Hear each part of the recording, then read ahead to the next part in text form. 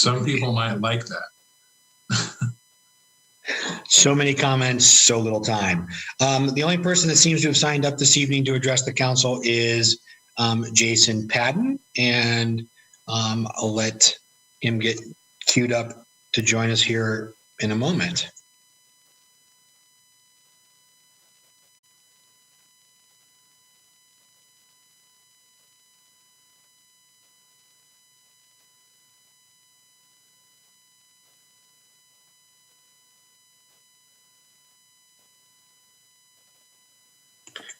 Good evening, Mr. Padden. How are you, sir? Very good. And yourself this evening? I'm doing well, thank you. Excellent. So Jason Padden, 1040 North Birch Street, Canby. I just wanted to take this opportunity to thank city staff for getting the big red C on the Canby Industrial Park sign fixed. It was done super fast after I had mentioned something. It looks great, and so I just wanted to thank folks for getting on top of that so fast and getting that fixed. So thank you very much. Thanks, Jason. Thanks for coming back and I guess thanking us for doing that. Sometimes those things come up, and sometimes we act quickly. Other times it takes a little while, but in this case, it got done quickly. And thank you for keeping an eye on it and expressing your appreciation. We appreciate it, and our public works team thanks you as well. So thanks. Awesome. That was it. Have a good night. Thanks, Jason. Have a great evening. Merry Christmas.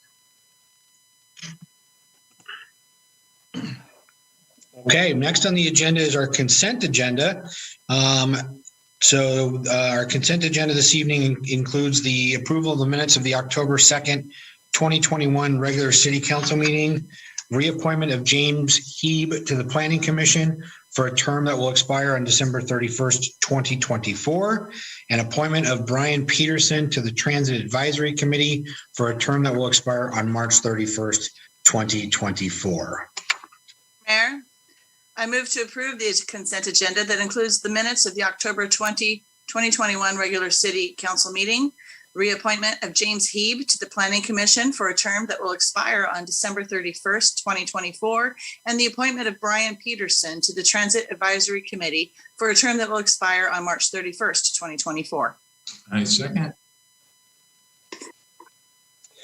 Motion is made by Council President Hensley and seconded by Councilor Varwig to approve the consent agenda, which include the approval of the minutes of our October 20th regular city council meeting, the reappointment of James Heeb to the Planning Commission, and appointment of Brian Peterson to the Transit Advisory Committee. Any questions or discussions? Councilor Banks. Thank you, Mr. Mayor. I have two things. First, there was what I believe is a typo in the minutes. I'm not sure it requires an entire vote. Karras Elementary's old school building is for sale, not Harris. So I think that's probably a spell check error, and I'm not sure it requires a full vote. But if it does, I'd be willing to make an amendment to the minutes. I move that we approve the minutes as amended. Thank you. Secondly, I'd like to ask, were there other applicants to the planning committee? Right now, we have so we currently have 2 open seats for the Planning Commission. And planning staff, and I believe it'll end up being vice chair Boatwright, and then the liaison to the Planning Commission will get together, and we're working on dates to interview the 2 candidates for the 2 open seats that we have on the Planning Commission. But at this time, there hasn't been any others. So is Commissioner Heeb the only applicant for the position to which we are appointing him at this point? Ask that question again, Councilor Banks. Is Commissioner Heeb then the only applicant to the position that we are currently reappointing him to? Yeah, so basically we're reappointing him to his current position. So he's the only his time came up, and so he's asked to be reappointed to his current seat. And there were no other applicants for that seat? For his seat specifically, no. Okay, thank you. That's all. Okay, thank you. Any further discussion or comment? Okay, all those in favor of approving the consent agenda as amended in the meeting notes, say aye. Aye. Anyone opposed? That carries 6-0. Next on the agenda this evening is our only ordinance, which is number 1566. An ordinance proclaiming annexation into the city of Canby, Oregon of 42.5 acres. This was an extensive hearing that we had last meeting, and we approved for first reading, and here we are for the second. So this is 42.5 acres that is located on the south end of town, between the backside of currently known as Tofty Farms, and runs to the river that will, depending on the passage of this, will be annexed into the city and also go through a zone change, which will allow for single family housing on development on the south side of town. Scott, did I leave anything out? I think that covers it, Mr. Mayor. It's a second reading and we don't have any new information for you on that. So just recommend approval. Thank you, sir. Council President Hensley. Mr. Mayor, I move to adopt ordinance 1566, an ordinance proclaiming annexation into the city of Canby, Oregon, 42.5 acres of real property described as a tract of land located in the southeast 1/4 of section 3, the northeast 1/4 of section 4, and the southeast 1/4 of section 4, township 4 south, range 1 east, Willamette Meridian, Clackamas County, Oregon, also identified as Clackamas County Assessor's Map and Tax Lots 41E0302300, 41E04D01200, and 41E04D01300. This ordinance also concurrently amends the existing county zoning from exclusive farm use EFU to city low density residential R1 and medium density residential R15 for the entire area, and setting the boundaries of the property to be included within the city limits of Canby. I'll second it.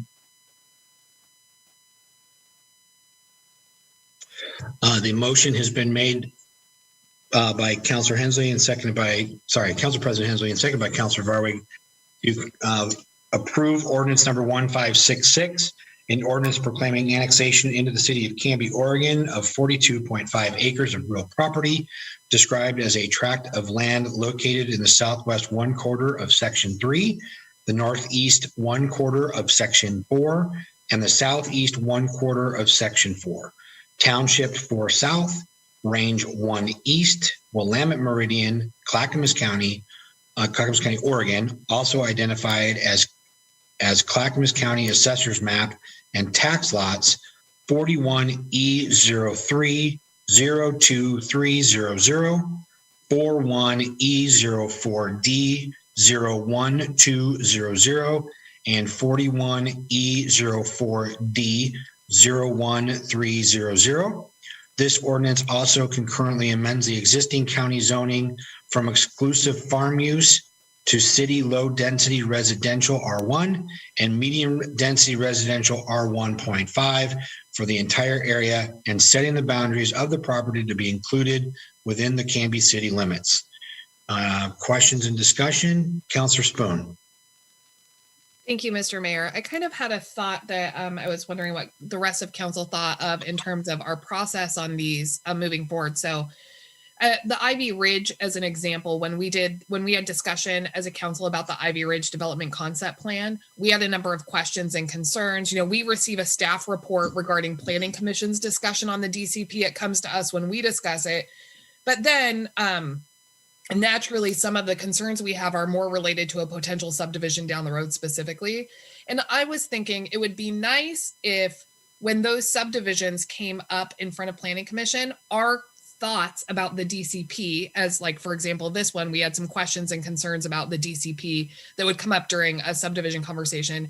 If staff would give the planning commission a staff report on the questions and concerns we had about the DCP with those subdivision request because we never see the subdivision again. So it seems like some of our concerns and questions about the DCP end up kind of lost in the void because they need to be asked about future subdivisions, but then we're not involved in those conversations, right? Most of the time.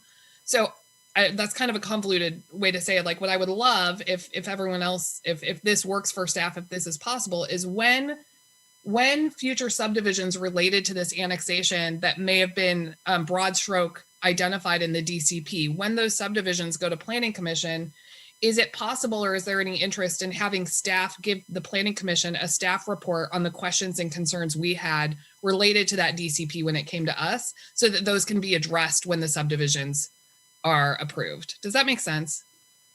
My question? Yeah. It does to me.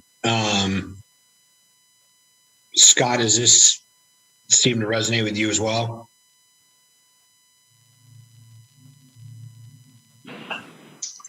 Yes, I think what I'd like to do, we'll speak with Don Hardy, our planning director, and probably Mr. Lindsay as well, and we'll converse about that process.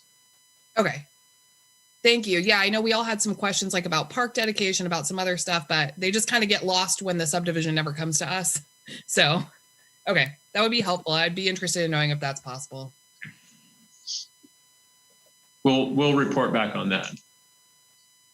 Yeah, it's an interesting question because I think in the time that I've been on the council, I think there's maybe been one or two development concept plans that have come back to the council for a review, and I think it was because it was something was being challenged, and usually I think in the past, I think some of those, when we like what we just went through here for the conversation with regarding this particular annexation, it seemed to me that they did hear what we were asking and whatnot and wanting to capture that as they start to finalize that DCP. But it would be good to know that we were heard in that, and that those questions were parlayed to the Planning Commission for some, at least that they knew that those were questions that were asked. So, Councilor Parker? Yeah, replaying that hearing that we had originally that included the review of the DCP, I remember several times being told by staff that our questions were things that would be addressed later on once there was a subdivision application. But we don't see or discuss that. So it does seem like a little bit of a disconnect where we're trying to offer some direction and being told, well, that's not a DCP issue.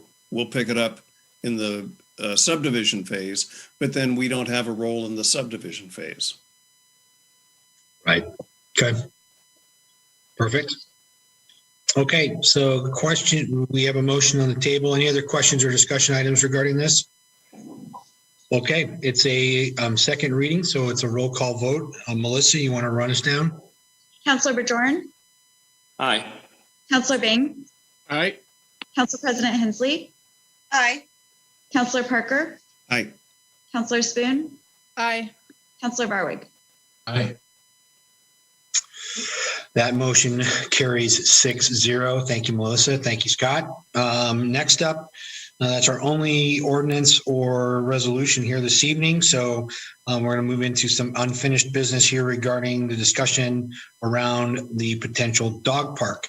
And I'll turn that over to Mr. Archer. Thank you, Mr. Mayor and Council. We're pulling up a slideshow here. If you bear with us for just a second, and we'll put that on the screen if we can. Yeah, here it comes. 1 second.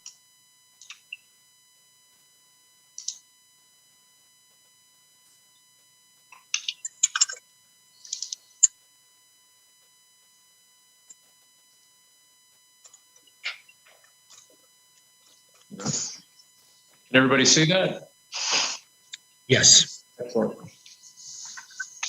All right.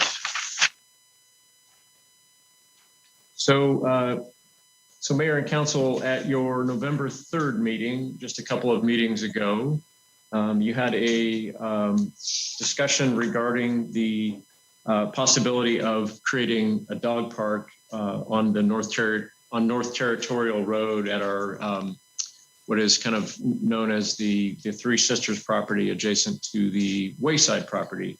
The council, in particular, Councilor Spoon provided some history and background on the idea of this dog park and the particulars around that and around the location on this territorial and adjacent to the North Redwood Road where we access our public works site. The council had a number of discussion points and questions, and council asked that staff bring back information for a follow-up conversation with some further specifics. So what I'm going to do tonight is we've done that, and I'm going to walk you through some slides here. What I'll be doing is kind of reviewing the background of the dog park and this particular site. We'll be looking at the site plan. We'll be touching on the land use issues. We'll be looking at potential funding of the development. We'll be talking a little bit about some maintenance costs and some maintenance issues, and then some options at the end for council to consider. And so what we would be looking for is direction on whether you'd like to proceed in some capacity, and if so, how you would like to go about that. So I'd also like to acknowledge that we have some other staff here to help answer any questions that might come up. Of course, Mr. Lindsay is here with the legal questions. We've got Ryan Potter, our senior planner, and Jerry Nelzine, our public works director, to help with any of these questions. So let's just walk through these slides here. And if you want to jump in and ask any questions along the way, please feel free. Otherwise, I'll be fairly rapidly going through these, and then we can always go backwards and revisit any of the slides you'd like to do. So again, over the past close to a decade or so, there have been a number of discussions, and the idea of a dog park in Canby has been explored.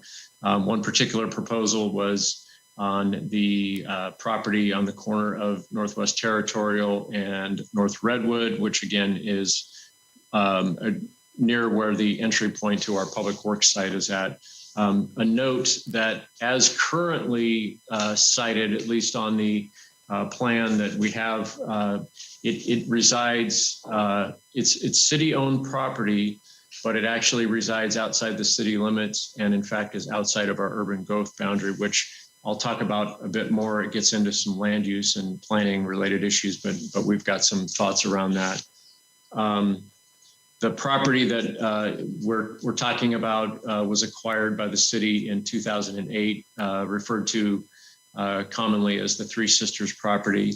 It's located directly adjacent to our Willamette Wayside property, which was acquired by the city in 2002. But the Three Sisters property is not actually included in the master plan for the Wayside. So while it appears as it's one contiguous property, there actually are two distinct pieces there, and there's some nuances to that we will probably talk about here. Back in 2013, there was a draft design developed for a fenced dog park on this particular site. We brought the city developed what is called a 30% design, which is essentially it's a site plan that doesn't go to full construction documents, but it kind of creates the idea and a vision for the site. And then if you were going to actually construct, you would have to take that to full construction drawings and documents for specifications that you would use for a bid. And this is that design, the 2013 30% design. It includes a number of amenities, but kind of the big picture of it is it's got a parking lot, a large, obviously fenced areas for both active dogs and then shy dogs. So it's kind of differentiates and provides some separation of maybe different levels of, the active versus the dogs that are a little less inclined to be as active. It has a dog wash station, a sheltered area, covered area with seating, and a number of other amenities. But in essence, that kind of is the big picture of it. Can you see the cursor on the screen, my pointer? Okay, so just to orient everybody here, this Redwood Road is kind of over off of the left side of this site plan. As was noted, so I think this is the city limits line right here, right? The dashed line is the city limits. To the right of that, where this plan sits, is as I was saying earlier, is outside of our city limits and is also outside of our urban growth boundaries. So that's an important note that we're going to talk about a bit more. This is our city limits line here. We own the property all the way over to the road, and in fact, you know, it moves over into where the Eco Park site is at. We do have a pretty comprehensive master plan for the Wayside property, which is adjacent. So, you know, in essence, again, we've got the Three Sisters property and the whole Wayside property. But the Three Sisters property is not included in the Willamette Wayside plan, but there are some kind of contiguous issues with that. And again, we'll talk about that with the land use in just a little bit here. So speaking of the land use, with it not being in the urban growth boundary, it falls within the county, and it is zoned as rural residential farm forest, 5-acre RRFF5.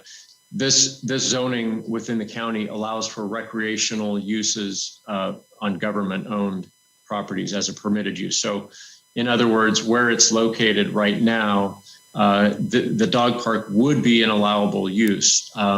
The development and connection to utilities, however, is where we get into some areas that are a bit challenging. Again, the site is next to territorial. It is not within the Willamette Greenway boundary or the 100-year floodplain. So that does allow for this development to happen if the council wished to go forward with it. There has been no land use approvals or permits approved or done.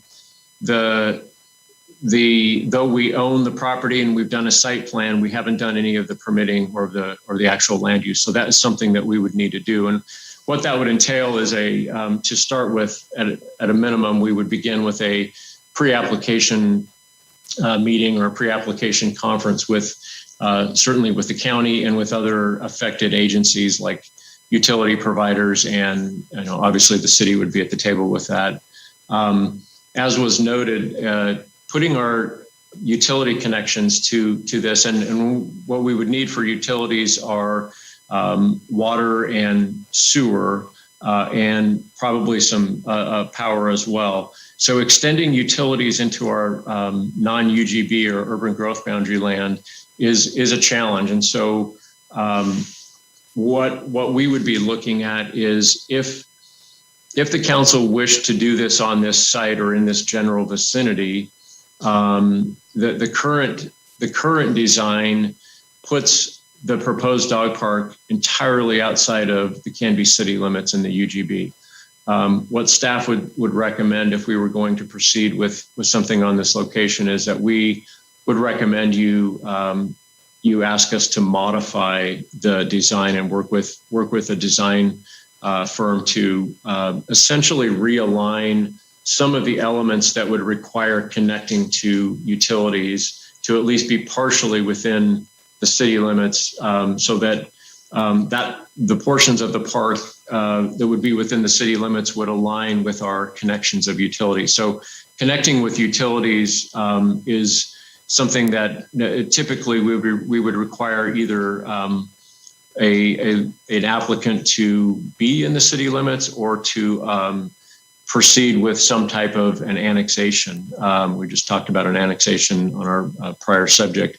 That would be a very long-term proposition and would be very challenging. So what we think we would be able to do, if this is something that the council wanted to explore, is to basically keep the amenities and the general size of the park as it's exists on this design, but realign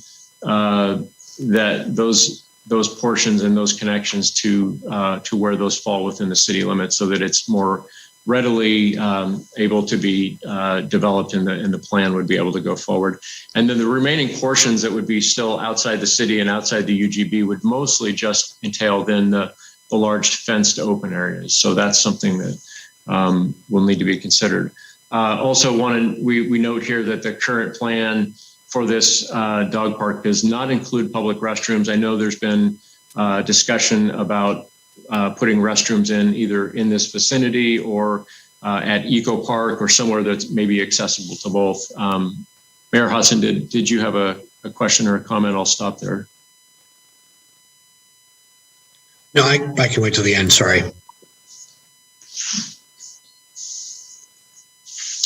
So funding, one of the questions that council asked is to present the ways that we might be able to fund development of this dog park. Again, with using the design that we have shown you tonight, that 2013 design, we have gone out and received some professional engineering estimates on what it would cost to develop the site as is designed. And again, please do keep in mind, if we were to modify that design, this might change. It might either increase or decrease slightly, although I think this is a pretty good number to use. Even if we move some things around, it should be relatively close. The discussion that you had was kind of around the idea of would we use eligible parks funding, such as SDCs or our Parks Maintenance Fund, which are allowable under the current Parks Master Plan. And we're going through the master plan process right now to re-up the master plan. So we'll see what the results of that are. But so obviously, if we were, it is, the point here is that it is eligible for those types of funds. But the discussion was, could we build this without using any parks funds? And so we've come up with some potential funding sources that you could consider that we are calling non-parks funding sources. And so those include the revenue from the sale of our former library building, which is about $500,000. Those have yet to be allocated to any specific purpose.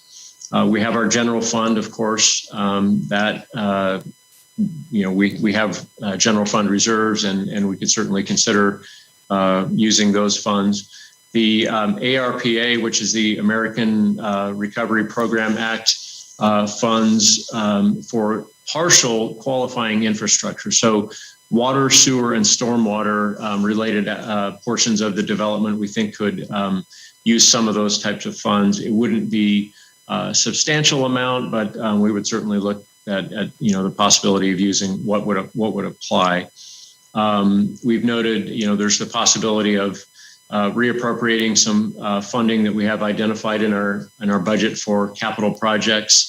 In other words, that would just be moving some capital projects down the list and moving this up. We could do interfund loans from our utility, our wastewater utility, and then there's always the possibility of donations and sponsorships. Although we don't have anything specific there, but that's just something that I think is to be included in the possible discussion. So maintenance. This was there were questions around our maintenance, what that would look like, how much it would cost us to maintain a new dog park, and how that would impact our current maintenance program. So again, based on that design that we've been referring to, and this is our annual estimate to maintain a new dog park. So we're looking at operations and materials. We're estimating about 800 hours of time spent by staff And that's kind of costed out at our current full-time equivalent cost of just a little under $35,000 per year. So that is our person power, if you will. And then we've got materials and supplies. So, replacing the ground cover, the dog bags and things of that nature. We're estimating about $10,000 to $12,000. So roughly total annual estimate, we're looking at somewhere just between $44,000 and $47,000 as kind of a good ballpark.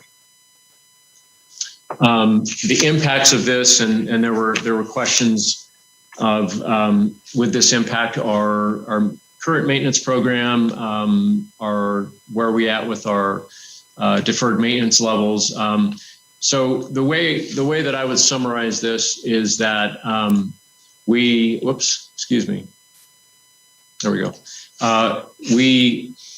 in regards to where we're at with our deferred maintenance. So we have our parks maintenance fee, which was put in place to help offset our maintenance needs and actually, if you will, catch up on deferred maintenance. The way that I would summarize this is that we believe that we would have been generally caught up with deferred maintenance on the schedule that we were looking at a 5-year plan. However, the events of the past, almost going on a couple of years now, have definitely impacted that and set us back. So between COVID and all of the different impacts and how we've been able to work and different restrictions and barriers that have been created, we had the wildfires a little over a year ago that had an impact on staffing and our work. We had the ice storm from earlier this winter, February. We are still catching up and doing, for example, we're doing tree removals and continued tree work on things related to the damage from the ice storm. And then we had our unusually warm summer of 21 this year, which also impacted some of the work.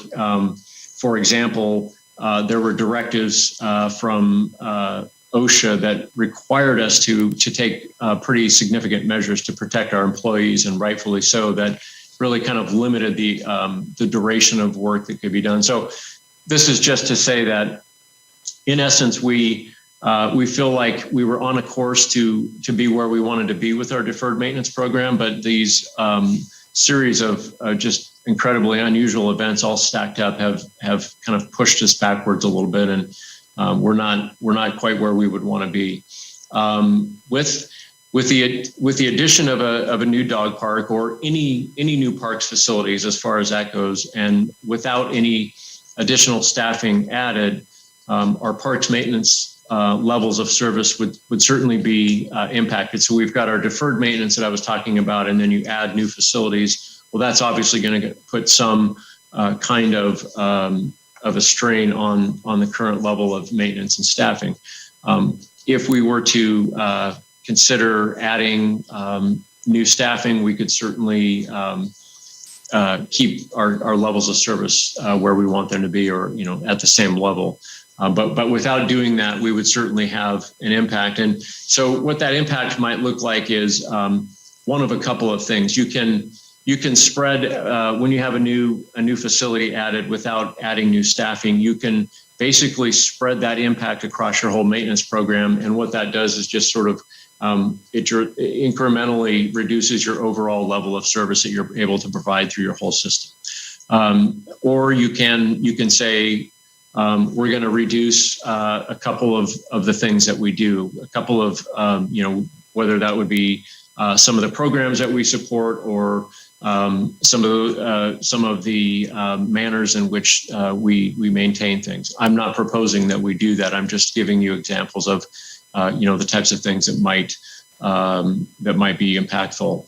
I think we can absorb this new facility. However, it doesn't come at no cost to our maintenance program. There is a cost to that, and that would mean some adjustment to our levels of service without new staffing. And then there's always the opportunity, and I think in particular dog parks create these types of opportunities where you might have partnerships with nonprofit groups or volunteer groups, adopt a park or dog park types of groups. That was discussed at the last council discussion, and those types of groups might provide maintenance support. They might provide some of the operational support that goes along with providing a dog park to the community. We can't per se count on that because we don't have any commitment from any particular group, but I just know that those types of opportunities can exist, and certainly we would probably want to explore that. So kind of getting to, what then are our options here? And this is really, I think, where you might want to focus your conversation and provide some direction to staff is we've just listed out, I think, what your potential options are with this conversation. These are presented in no particular order. They're just listed out for your consideration. We note at the bottom that options 1 and 2 are both going to require a pre-application process starting up with the county and the other affected agencies. So that is back to that land use and planning that needs to start. That hasn't really, nothing has happened at this point, and we would need to initiate that process. So just kind of going down the list here, option 1 is to modify the design as I discussed so that at least part of the dog park would be within the city limits, and then identifying or discussing your potential preferences for using funding sources to do the development as were listed. Option 2 is to continue forward with the current design and location as is, and again using one of using the funding sources that were identified. There is an additional challenge with, so essentially option 2 is saying just build it where it's shown, leaving it outside the city limits and outside the UGB. Again, very problematic, would be a pretty tough one to do, but we just left that on because that's how the site is shown right now. This would also, I would note, this would require us to expedite some additional construction of some future stormwater infrastructure that needs to be done.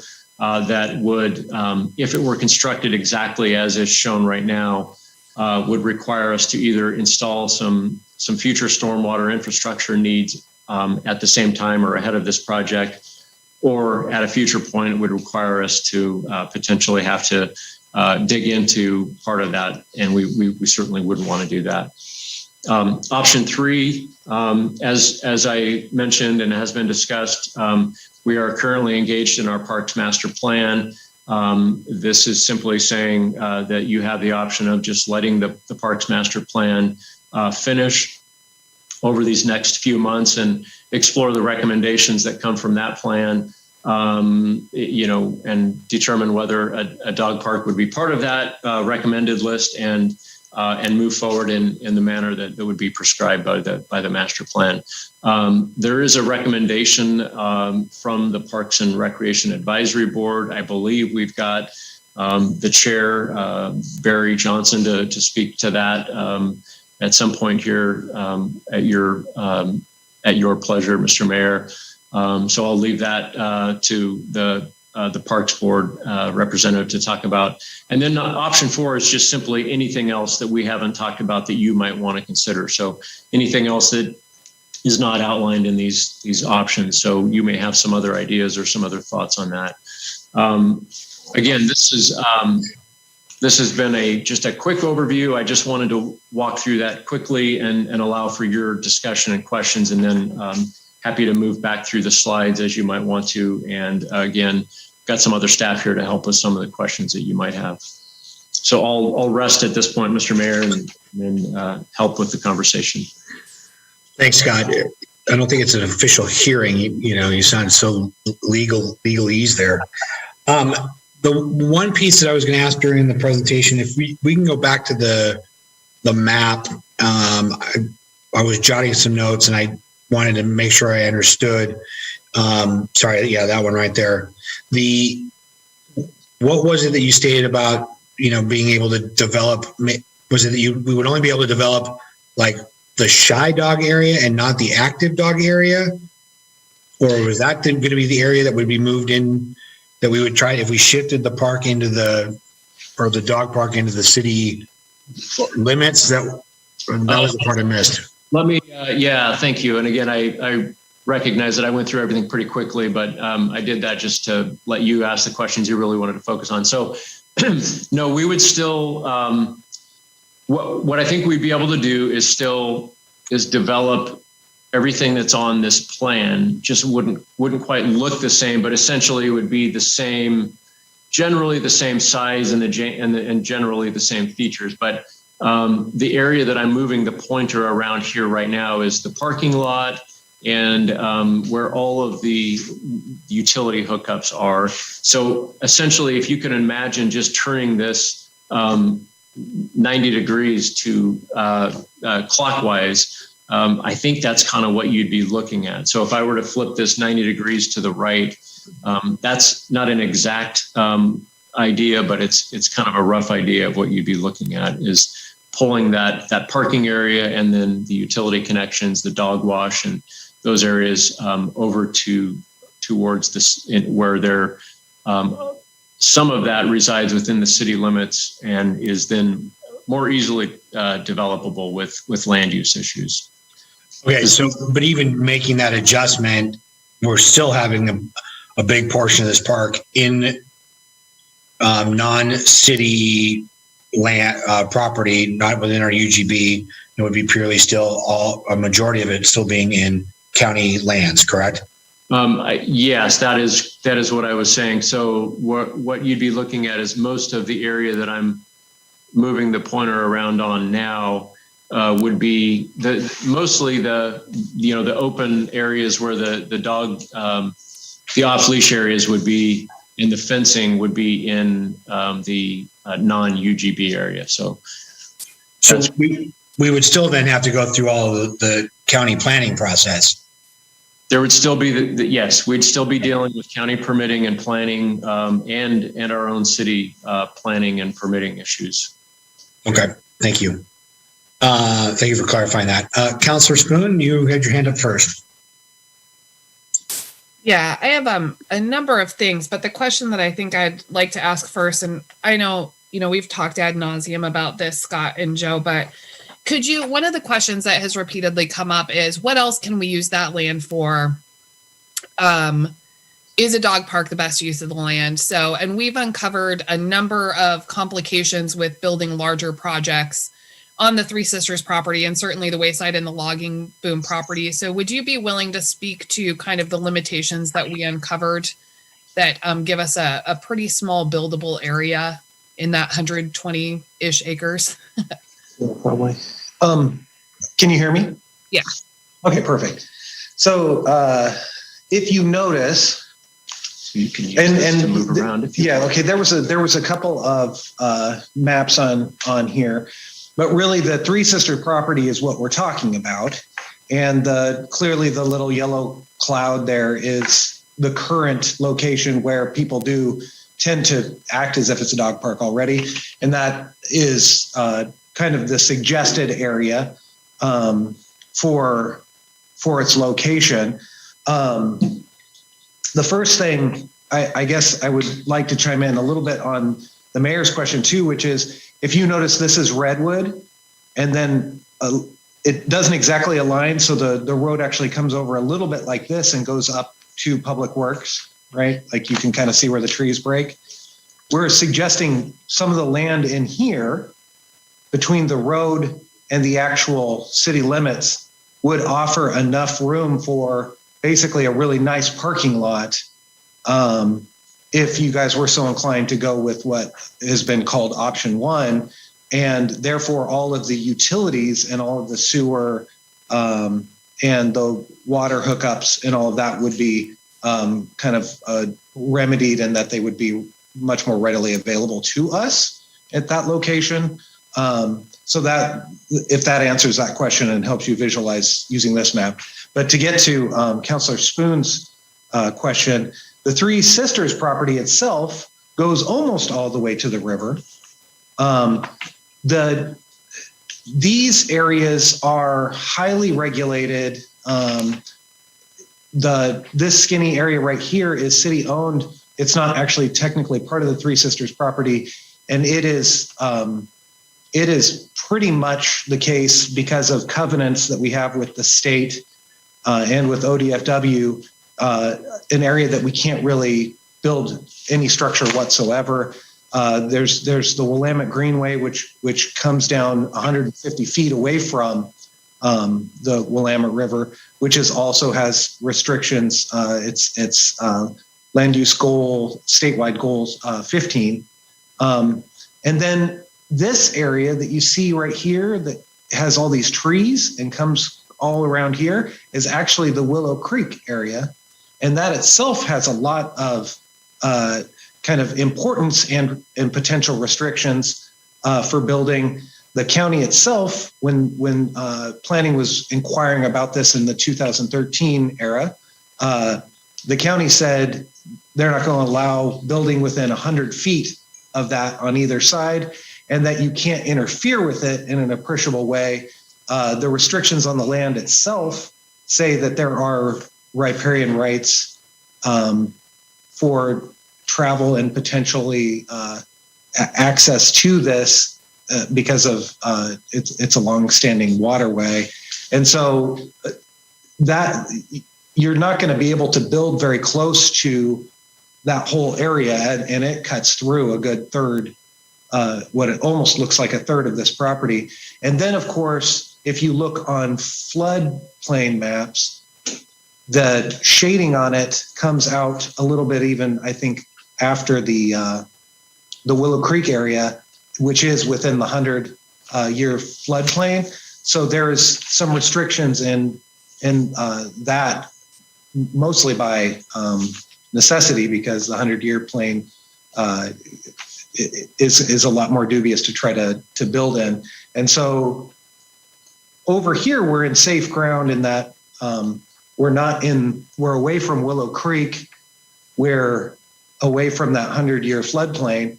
And we own this, and the fact that it's a government-owned piece of property, which was actually purchased for in the ordinances, it was purchased both for wastewater and stormwater facilities, but it did say and for parkland. And so that was not only the vision when we purchased it, but then what Ryan Potter was saying, and I think there was a slide to this effect, is that the county does allow, because it's government owned and it's in the county, it's an outright permitted use. You still have to get the permit, but you don't have to get a conditional permit to do a park in city-owned property, even if it's in the county. So it does allow for that park use, but some of these other factors make it hard to utilize too much more of that area. There's also plans for we purchased this land for the idea of stormwater and some wastewater treatment. And so I know, and Jerry Nelson can attest to this a little bit more, but I believe somewhere between 6 and 12 acres were envisioned for water collection down in here as well. So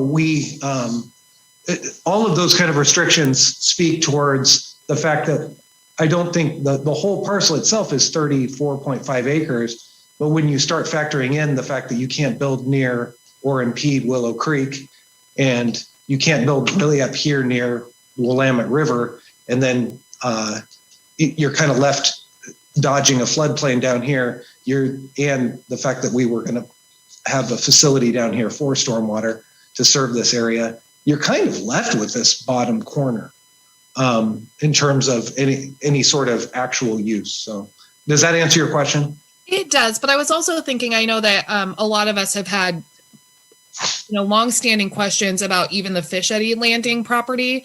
And just to give a complete look at the whole project, are you able to talk a little bit about how limited that is too? That this is really, the conservation easement on that makes it difficult to do anything there as well. Like we kind of just have 3 ish acres to build on, which is hard to do much more than a dog park on at all. Yeah, well, the bigger plan that, okay, so after we purchased this lands, the Fish Eddy properties down here, and then the log boom, which kind of incorporates more up here, it's highly restricted, the log boom. Fish Eddy still has a state conservation easement on it that we have to go to the state and get permission to do anything on it, and they have to be an active partner.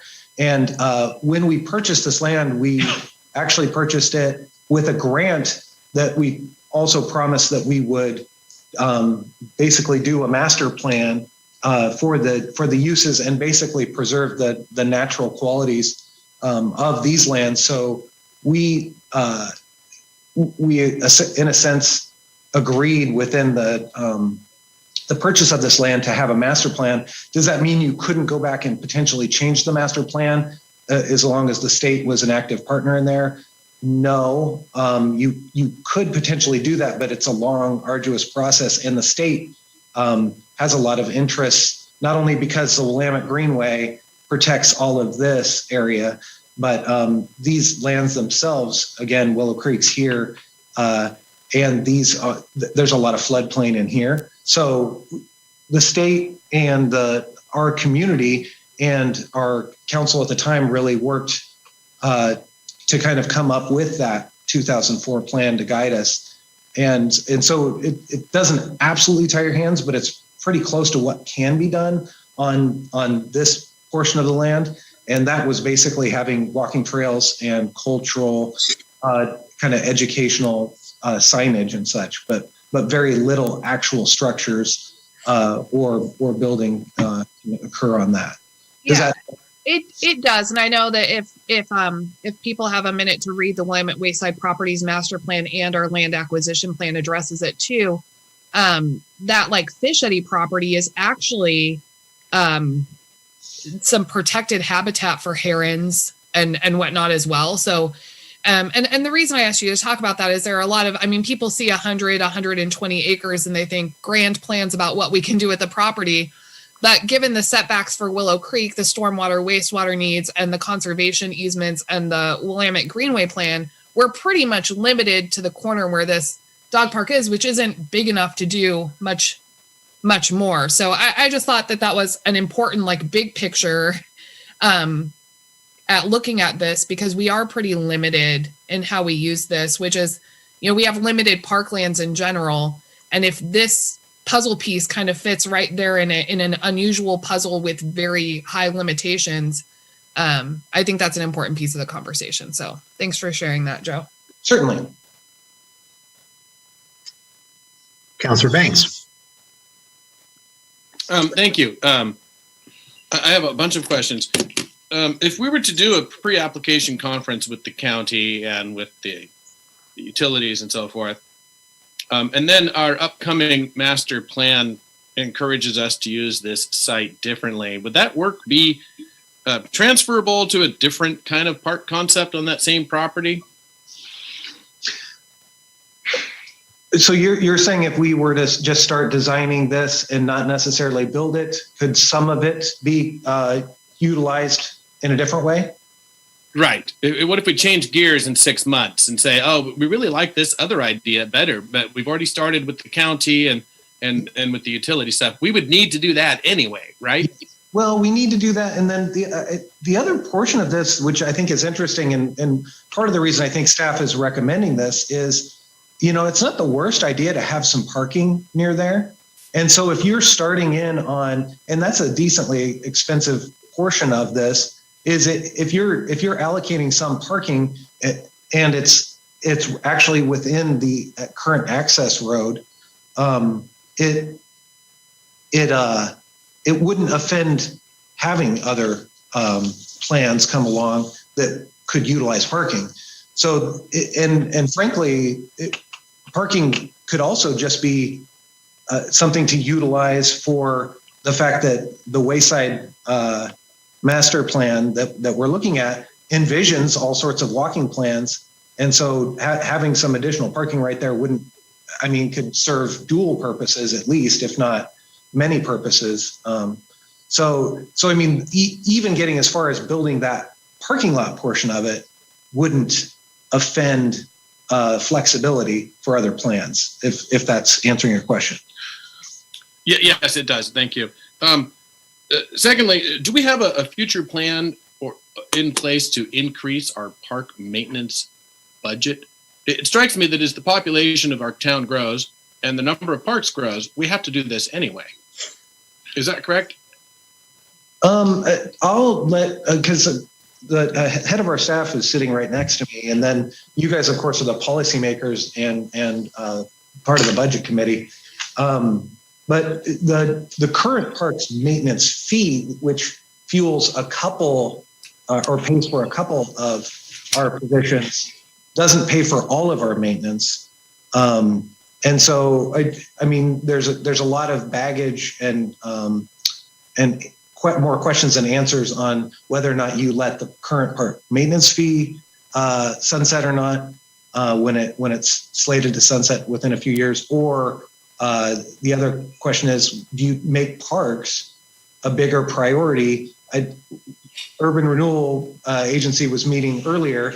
I mean, at some point, if the district goes away, there is other funding mechanisms to actually have more staff. I pretty much answered the question. You did. You did a great job, Joe. No, that's what I was looking at. It strikes me we have a large a pool of money to expand our park system, and that already in the past we've had this particular project squelched because we didn't have the maintenance budget. And I think that that's something that we should surmount. I think that should be fixed, and we should not be hamstrung by the maintenance budget. So that does answer my question. I guess that's all I have at the moment. Thank you. Thank you, Councilor Banks. Joe and Scott, back to the Willamette Wayside and specifically Willow Creek there, and that you said it's 100-foot area along the river. Yeah, it because this is in the county, right? So the county kind of covers that, but that is actually kind of echoes. We have the same provision in our code for the Molalla River and all of its tributaries, as we always back people away 100 feet from kind of the waterways. But this one in particular, the answer, at least back in 2013, was to make sure to stay, don't impede this clearly, and then also stay over 100 feet away from. And that, Brian, that 100-foot setback is actually in the title documents that got sent out to us. That's recorded on title for the property. No, I understand that. I was verifying to ask my follow-up question to my first question, which Joe already answered my follow-up question. So, and that was what's already captured. If the city annexed it in, does the setbacks become different and follow the city standards? And if so, what are those current standards? Which Joe just answered before I even asked the question. So, I'm good on that front. Thank you, Councilor Barwick.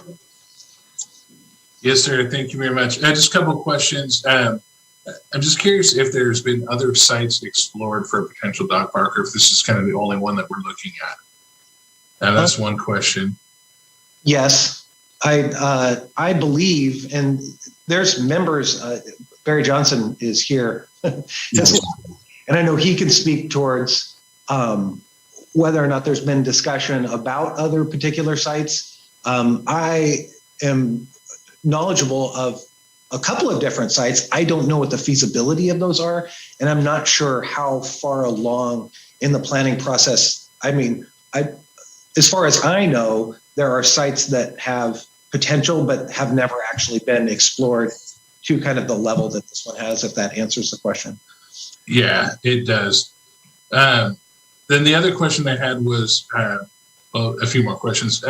Looking at the plan is from 2013, and so I guess I'm just curious if that plan is still a feasible plan. Obviously, there was some discussion about maybe needing to adjust it some because of the urban growth boundaries and whatnot. But is it even still a feasible plan for developing a dog park around it, or would we need to redo the entire plan completely?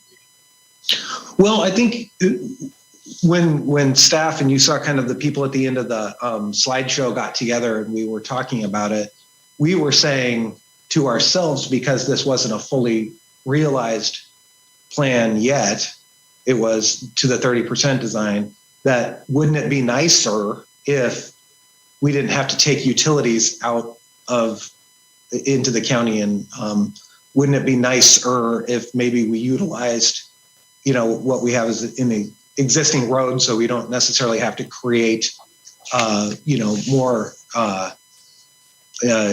egress and ingress onto territorial, that sort of thing. So yeah, I mean, part of it is trying to look at the design and then see what's on the ground and what makes more sense. And so we realize that there is that strip between the current access road to Public Works and the edge of the city that actually has a lot of buildable area if we wanted to access that. So it's more like, and I know Mr. Archer said this, but it's almost like inverting it, just turning it like that so that the parking lots along the strip that would be in the city, and you can build the fencing in a very similar fashion, or any way you like, frankly, because it's fencing.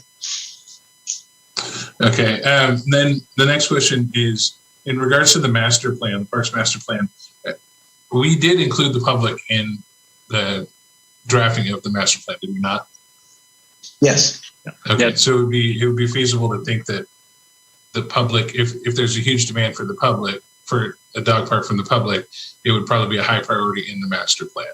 Yeah. Okay. So I just have to say, I'm a huge fan of a dog park. I have 2 dogs. I would love to take them to a dog park. We got an email, or you put it on the thing that the Parks Advisory Board is asking us to wait until the master plan is done in order to discuss the dog park any further. And yeah, my thought is that we should respect that. We have the advisory board for a reason. But I guess I wanted to ask Scott, what is, those options that you presented, and earlier I asked you to kind of give us, push back on this a little bit. What is staff's recommendation? Like what option would staff recommend we take? Well, so, that's a little bit of a tricky question. The part of the question is, does the council wish to do this at all? And if you do, there's some different ways to go about that. Option one is if you wanted to proceed now, then option one is the way to do it, which is clearly option 2 wouldn't work very well. I mean, it's perhaps possible, but it's very problematic. So you can almost kind of pull that one off the board, but we just needed to show that if you wanted to move forward now, option 1 would be the way to do it. I think there's a lot of value in the efforts that are going on with the Parks Master Plan.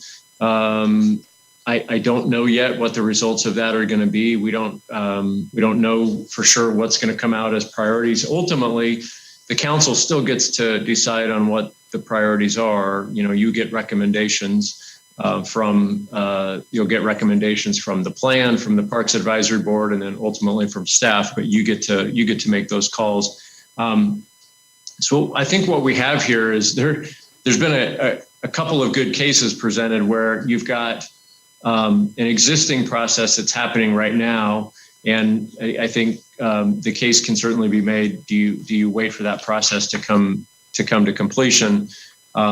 But there's also been a case made that there has been a lot of effort put into a plan. I mean, clearly the city spent resources and put together just to get to the level that we're even at with that 30% plan that was done a number of years ago. And of course, I don't have the history of having been with the city through all of this, but there were some pretty substantial efforts, obviously, and then for some reason that effort didn't get completed. And I think there's been some efforts to describe that, but I don't know all the exact answers of that. So I guess what I'm saying is I believe in processes, and my recommendation would basically be to follow the processes that the city has set forth And in this case, here's what's tricky for me to tell you as an exact recommendation is you really have two processes, and they're both in options. They're in both options 1 and 3, which is there's already been some planning effort. There's been some level of, discussion and I presumably, some public input to create this existing plan. But now we've undertaken our update of the Parks Master Plan, and so there's also value in that. So it's difficult to say this is exactly what I would tell you. That normally it would be very clear. Like I would, I think in normal circumstances it would be let's see where this Parks Master Plan leads us, and then follow that path.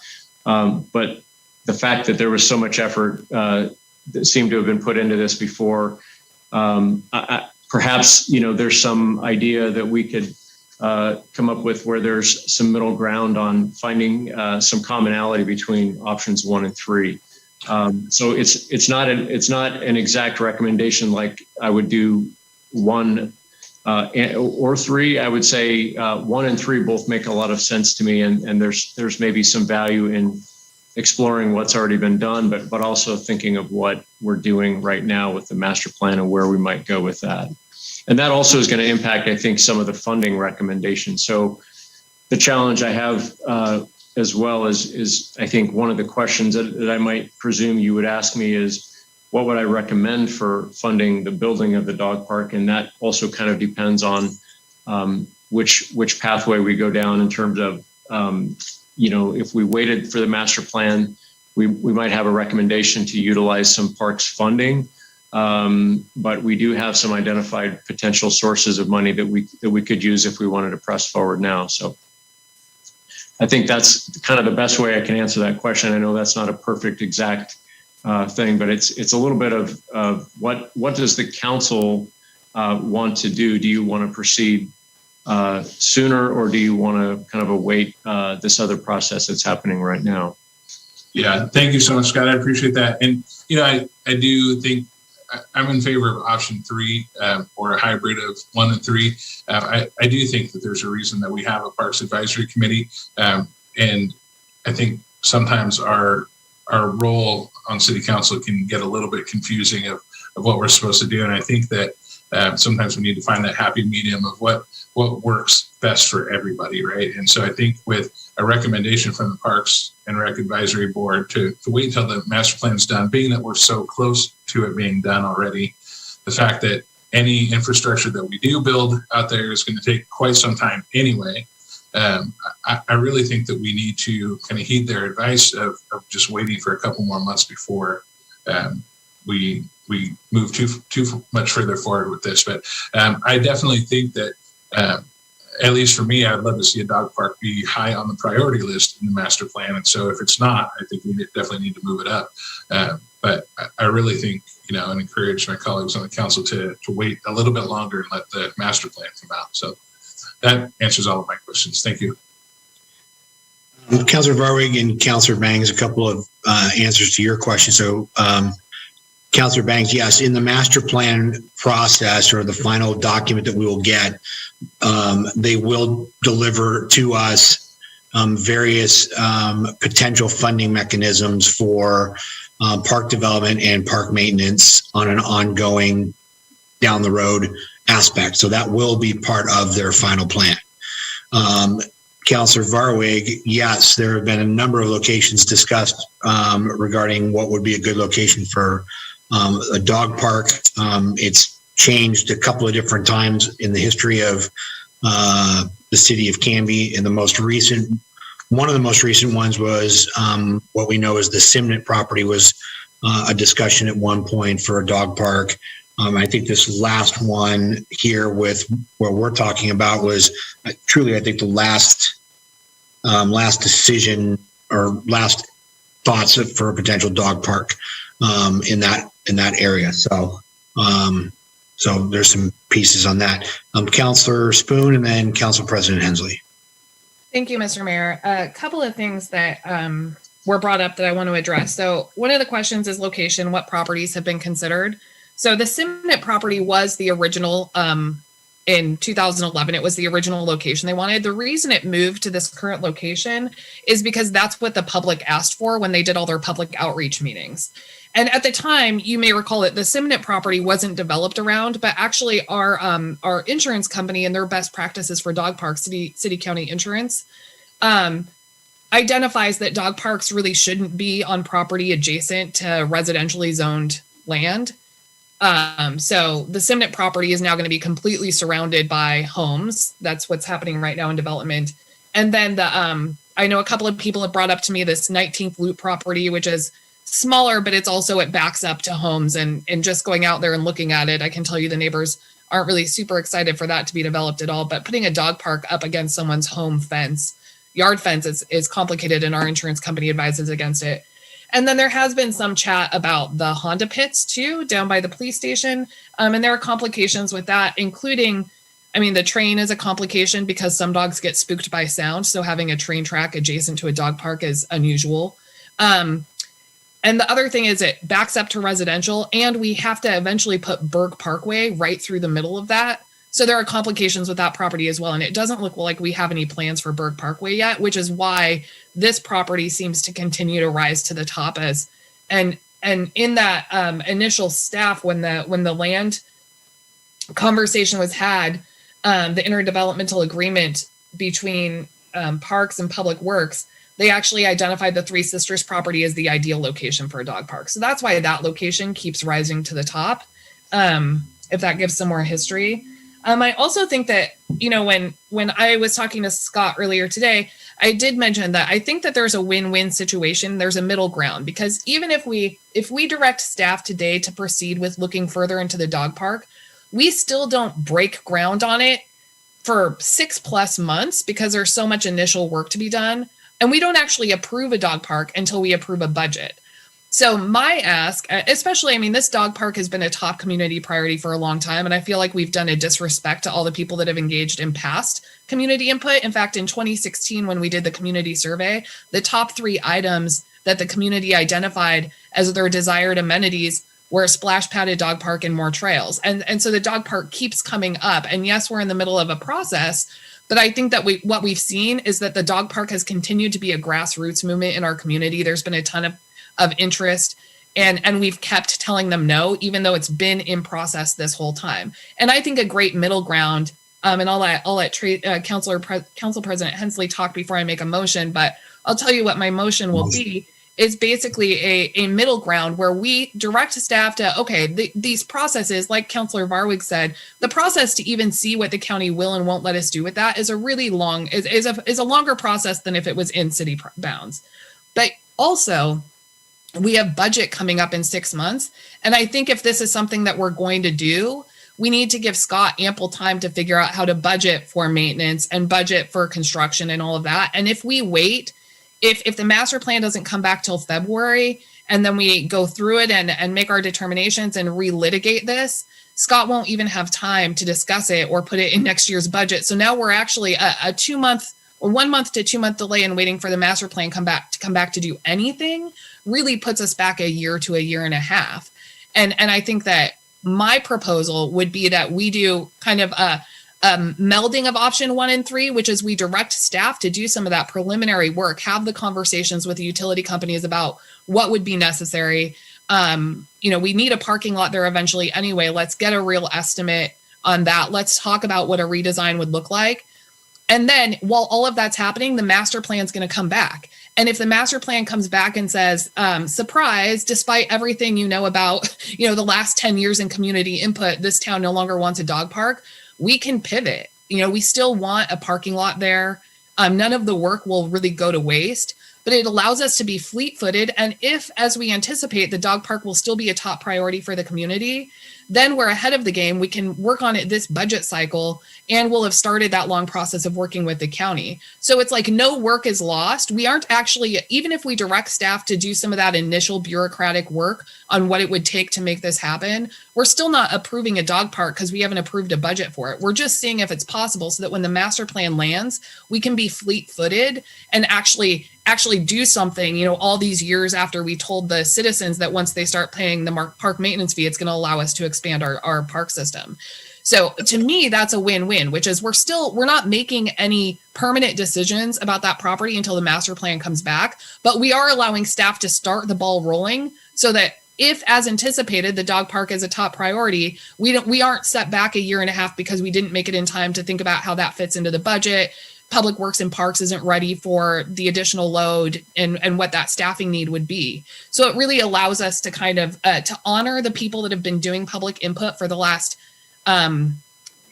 10 years on this now, 10 to 13 years on this, and it honors the current process that we're in. So to me, that's like a marriage of respecting all the work that's been done by the citizens that are behind the grassroots movement and honoring the park master plan. It's not a permanent decision. It's just starting the process so that when the master plan's done, we anticipate it'll be a top priority. We'll be ready to move with that, and our hands won't be tied for another year and a half.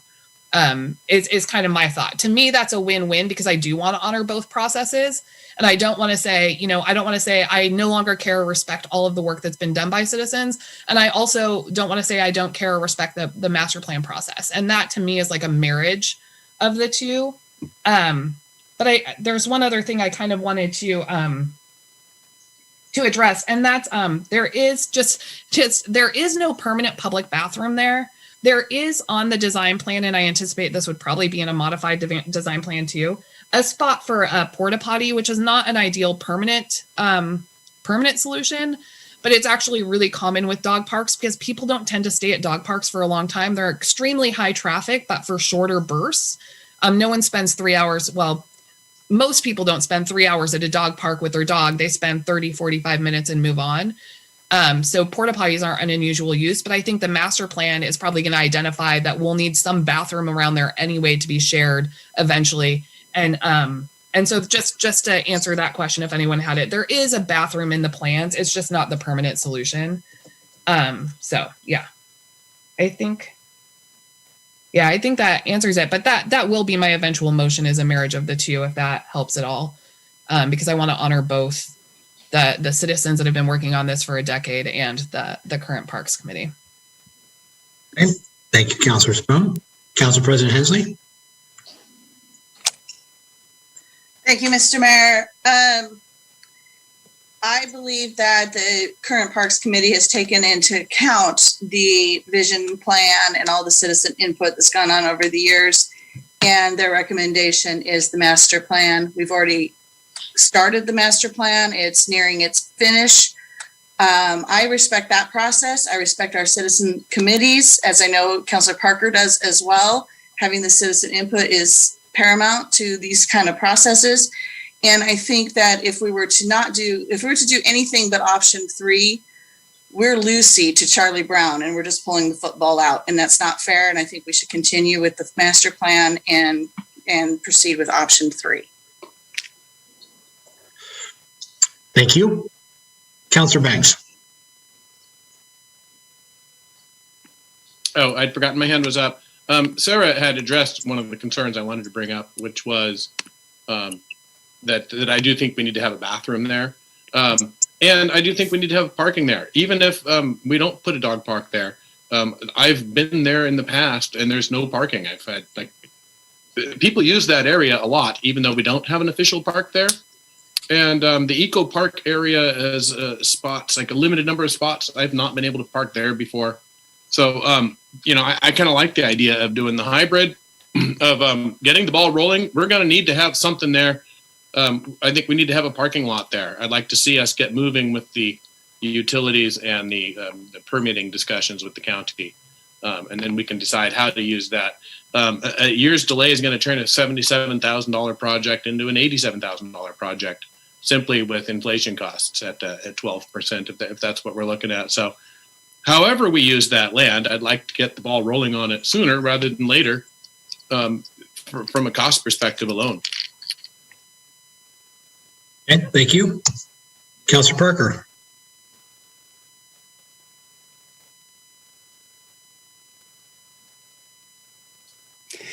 Well, it is interesting to see that the vote out of the Parks Committee was 8-0 to wait for the end of the consultant's report to come And at least two members of the Parks Committee last year said, we don't want a consultant telling us what to do. So somewhere between here and there, the master plan seems to have picked up a few more fans. Council President Hensley is right. Citizen input is important. Advisory committees do advise, consultants do consult, but ultimately we're elected to make the decision. And I think there are some broader issues. Councilor Bang just brought up a few of them. And secondly, yes, on this project, it would increase in cost by $7,000 a month. So I see no problem with us directing staff to, excuse me, get this ball rolling and get through a pre-application process with the county. And then within the spirit of the recommendation from the Parks Committee of not making a decision on the dog park until the master plan is out, okay, we'll do that with a hybrid 1 and 3. But it would make me sick to my stomach if we don't do any planning and we get the master plan in February, and that night we're not going to be making decisions. It's going to take some time to digest, to go over and review. So it's not 2 months. It's further than that. But say if subsequently we ended up that is lost. So look, if I have to take the political hit for saying, let's move this along now, we've had enough delay, okay, I'll take that. So, Councilor Parker, Councilor Spoon, and Councilor Bangs, what you all three have made the comment about let's get this rolling. What's not been rolling? We have the location, we have a plan, and we're still looking at. So, can someone answer that question for me? Yeah, I'd be happy to. So for me, it's a matter of if we. So I agree with Councilor Parker that it's easy to say we need to wait for the master plan, but before any decisions are made, we're actually looking for 2 to 3 more months after that. We need to have some joint work sessions, whatever. So if we don't do anything between now and April, because we're waiting to make some final decisions about what we hope to do, we're pushed back 1.5 years on doing anything. If we can at least start the process of doing the pre-application, of looking at taking that 30% design to a design that we could eventually go out to bid with, then when the master plan comes back, we can hit the ground running, and we could potentially be breaking ground, this summer, this fall, right? If we don't start this process now, we're not breaking ground for 1 year, 1.5 years. And so while that may not seem like a significant amount of time, remember, we told our citizens, when I know, Brian, you voted for this as well, that we're going to do this park maintenance fee. We're going to catch up on our maintenance, and then we're going to be able to provide you with new parks and amenities. And I don't see any reason to delay at least the planning portion of what we all anticipate will be a high priority in the master plan. It's really a matter of like we aren't buying the tickets for the plane trip yet, but we're packing our bags because we anticipate we're going somewhere, right? And that's kind of the goal, is that we're preparing to be able to make some decisions. And if we don't at least start this initial process of the bureaucratic work of that, then we miss the budget cycle and we don't make any decisions to even start this process until April. We've lost 1 year in the process instead of just a couple of months. And to me, that's a win-win. It helps us serve the citizens by setting ourselves up to take quick action for something we've been promising and saving money for a decade. And it honors the process. If the Parks Master Plan comes back and says, unexpectedly, this community no longer wants a dog park, then I think most of us still want a parking lot there, because if you haven't been out there, I've been out there at least once a week and sat for a couple of hours and just watched the usage over the last several months. Jerry had to pour some gravel down because people were just parking on the grass and kind of digging it up and turning it into a mud pit, and it's already being used as a dog park. So for me, it's already being used that way. It's what we anticipate will need to happen. Why not at least start to do the initial work so that when the master plan comes back, we're prepared to take action. I think that that's honoring, all of the points of view that come here. My personal preference would just to be say, let's approve a dog park, but I'm also willing to see both sides of the situation and say, I want to honor the parks master plan process. But as an aside to that, we have always continued to work on parks while this master plan is going on. Since August, we've approved $500,000 for new amenities to parks while the parks master plan was going on. So I want to honor the parks master plan process, but also with the note that the parks master plan process has never included us not doing anything. So to me, this is us doing that initial work and still looking to the parks master plan before we approve a budget and make a final decision. And I think that's a win-win because there's a lot of people that would like us to approve a dog park today. There's some people that want us to wait for the parks master plan. And I think finding that compromise is really what our job is as council. It's not to say I only agree with these people or I only agree with those people. This is a compromise that says, you know what, citizens that have been doing this for a decade, you're probably right. It probably will be a top priority, but I'm not going to start digging. I'm not going to start moving dirt until that's confirmed by the master plan. Right. And so it's about finding that win-win that allows us to take quick action on a project that's been delayed for a decade. Councilor Bajorian. Okay, thank you, Mr. Mayor. Yeah, I've heard a lot of the points obviously that have been made tonight about this, and obviously continued discussion. One thing I do want to point out, as Councilor Bangs has pointed out and Councilor Parker, there is a need to address this from a cost perspective. I don't know what it would have cost, say, 6-7 years ago to do this. I don't even want to think about how much it's going to cost now versus how much it cost then. And I come from an industry in my day job where time is money. So yeah, I would love to see it move forward as quickly as possible. But obviously the flip side of that is, we've got the master plan. It has to, move forward. It has to, provide us with good options and recommendations. So I think that hybrid plan would be a good one because it meets both needs. We can start the ball rolling initially, get the initial steps taken care of and wait for the master plan to give us the further direction to chase it down further. Thank you, Councilor. Councilor Spoon, did you have something else? No, I forgot to lower my hand. When you're ready, I'll make a motion, but I want to make sure everyone has an opportunity to talk, and I know Barry's waiting as well. So, the only comments I'll make, in addition, it's already been said, I think by Councilor Farwig, and Council President Spoon. We've got our park. We have these advisory committees for a reason, and you're right, Councilor Parker. They're advisory, and at the end of the day, we've got to make the decision. Totally get it. But when we have the Park and Rec Board 8-0, a written recommendation, and then again bring it up at their last meeting to wait, and are asking us to wait until the process is done, and even the Bike and Bed Committee is feeling the same way. I just have a hard time telling our citizen committees, thanks, but we're going to go in this direction.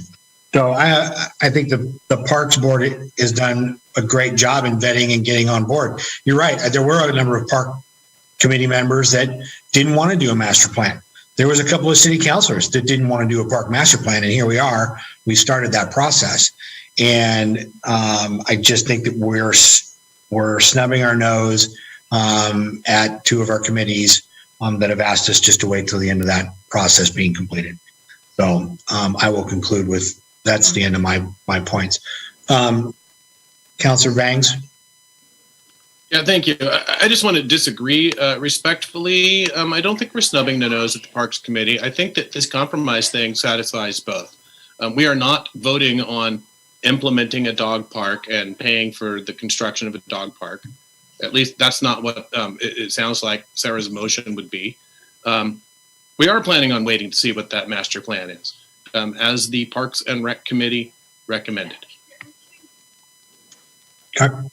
I know that I think Barry is, Mr. Johnson, the chair of the Park Advisory Board, wanted to address this topic as well. So I think he's under the Jim Davis moniker there. So if Mr. Johnson wants to address us.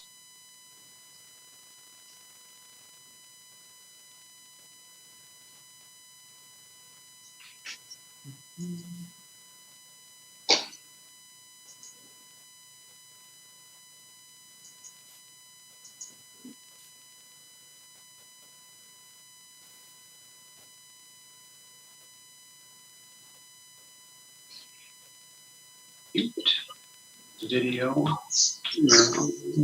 I there? Not yet. Can you hear me? Yes, sir. Okay, a lot's been said, and yes, in our last meeting, we had the recommendation. Our recommendation was to hold off moving forward with the dog park until the park's master plan is finalized. I mean, we've repeated that a number of times, and our board did unanimously vote 8-0 to hold off. I know that counselors keep referring to involving staff to make decisions on moving forward with the dog park, but you're ignoring the Citizen Parks and Recreation Board. You're ignoring what we're saying. So if you're going to ignore our board, are you going to ignore the other boards when they make recommendations to you as well? We keep talking about something that took place 10 years ago. Okay, things have happened, things have moved forward. That design is a plug and play. You look at that design can be taken and put in a number of different locations. I think that we need to look at other options. We know that, this is going to take time, and everybody's worried about time. We don't have time to wait. I mean, are we going to push something through to make it happen and it be wrong, instead of taking the time to make sure that we look at all the options and maybe put it in a location, or maybe this is located, but do it right, okay? Let's not just rush it through just to rush it through and just to get it done so that I get my legacy, okay? We just need to take our time and do it right. Go through the master plan as it's meant to be. Let's look at the facts. Let's look at the other locations that there may be out there. Let's decide, let's spend the time. Well, I think more time has been spent on this job, and we've taken city staff's time and basically wasted it on a dog park. Okay, I know a dog park, if it doesn't come up at the top of the list, council's going to want to move it through. Fine. We'll investigate the dog park, but we weren't used at the beginning. The process was passed by at the very beginning. Okay, we were ignored. Moving this forward should have come to us at the very beginning, and it didn't. We were ignored.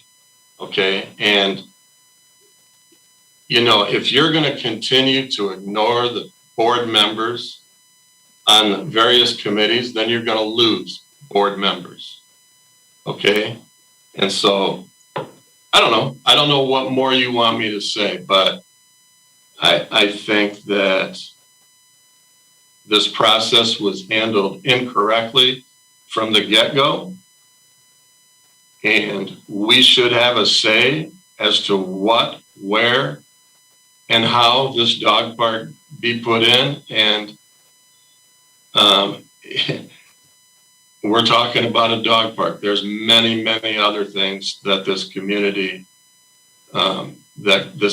needs, and there's other things that we need to be focused on.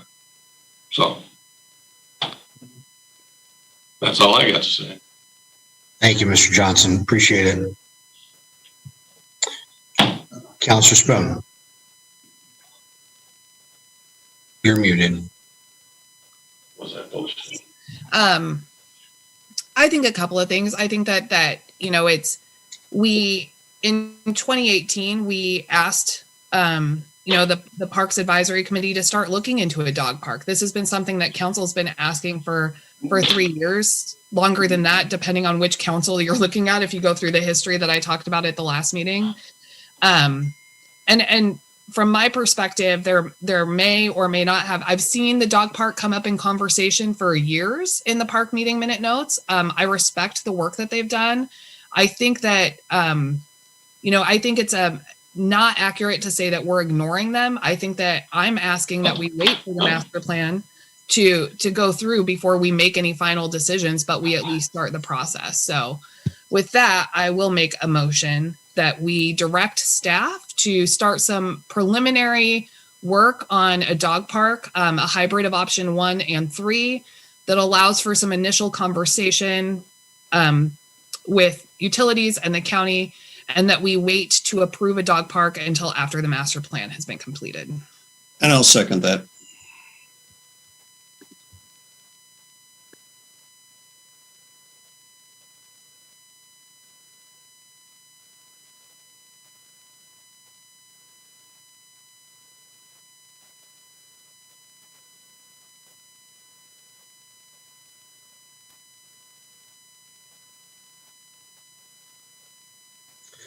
So I'm just going to read this, and so Councilor Spoon, please let me know if this works. So motion to move forward with options 1 and 3 with implementation of the actual build out of the dog park occurring after the completion of the master plan. That's suitable? Okay. Councilor Parker, is there still a second on that? Okay, any further discussion?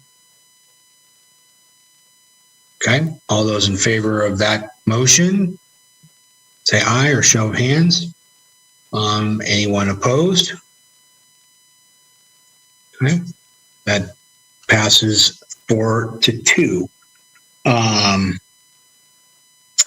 right, thank you all for the heavy lifting. Thank you, staff, appreciate it.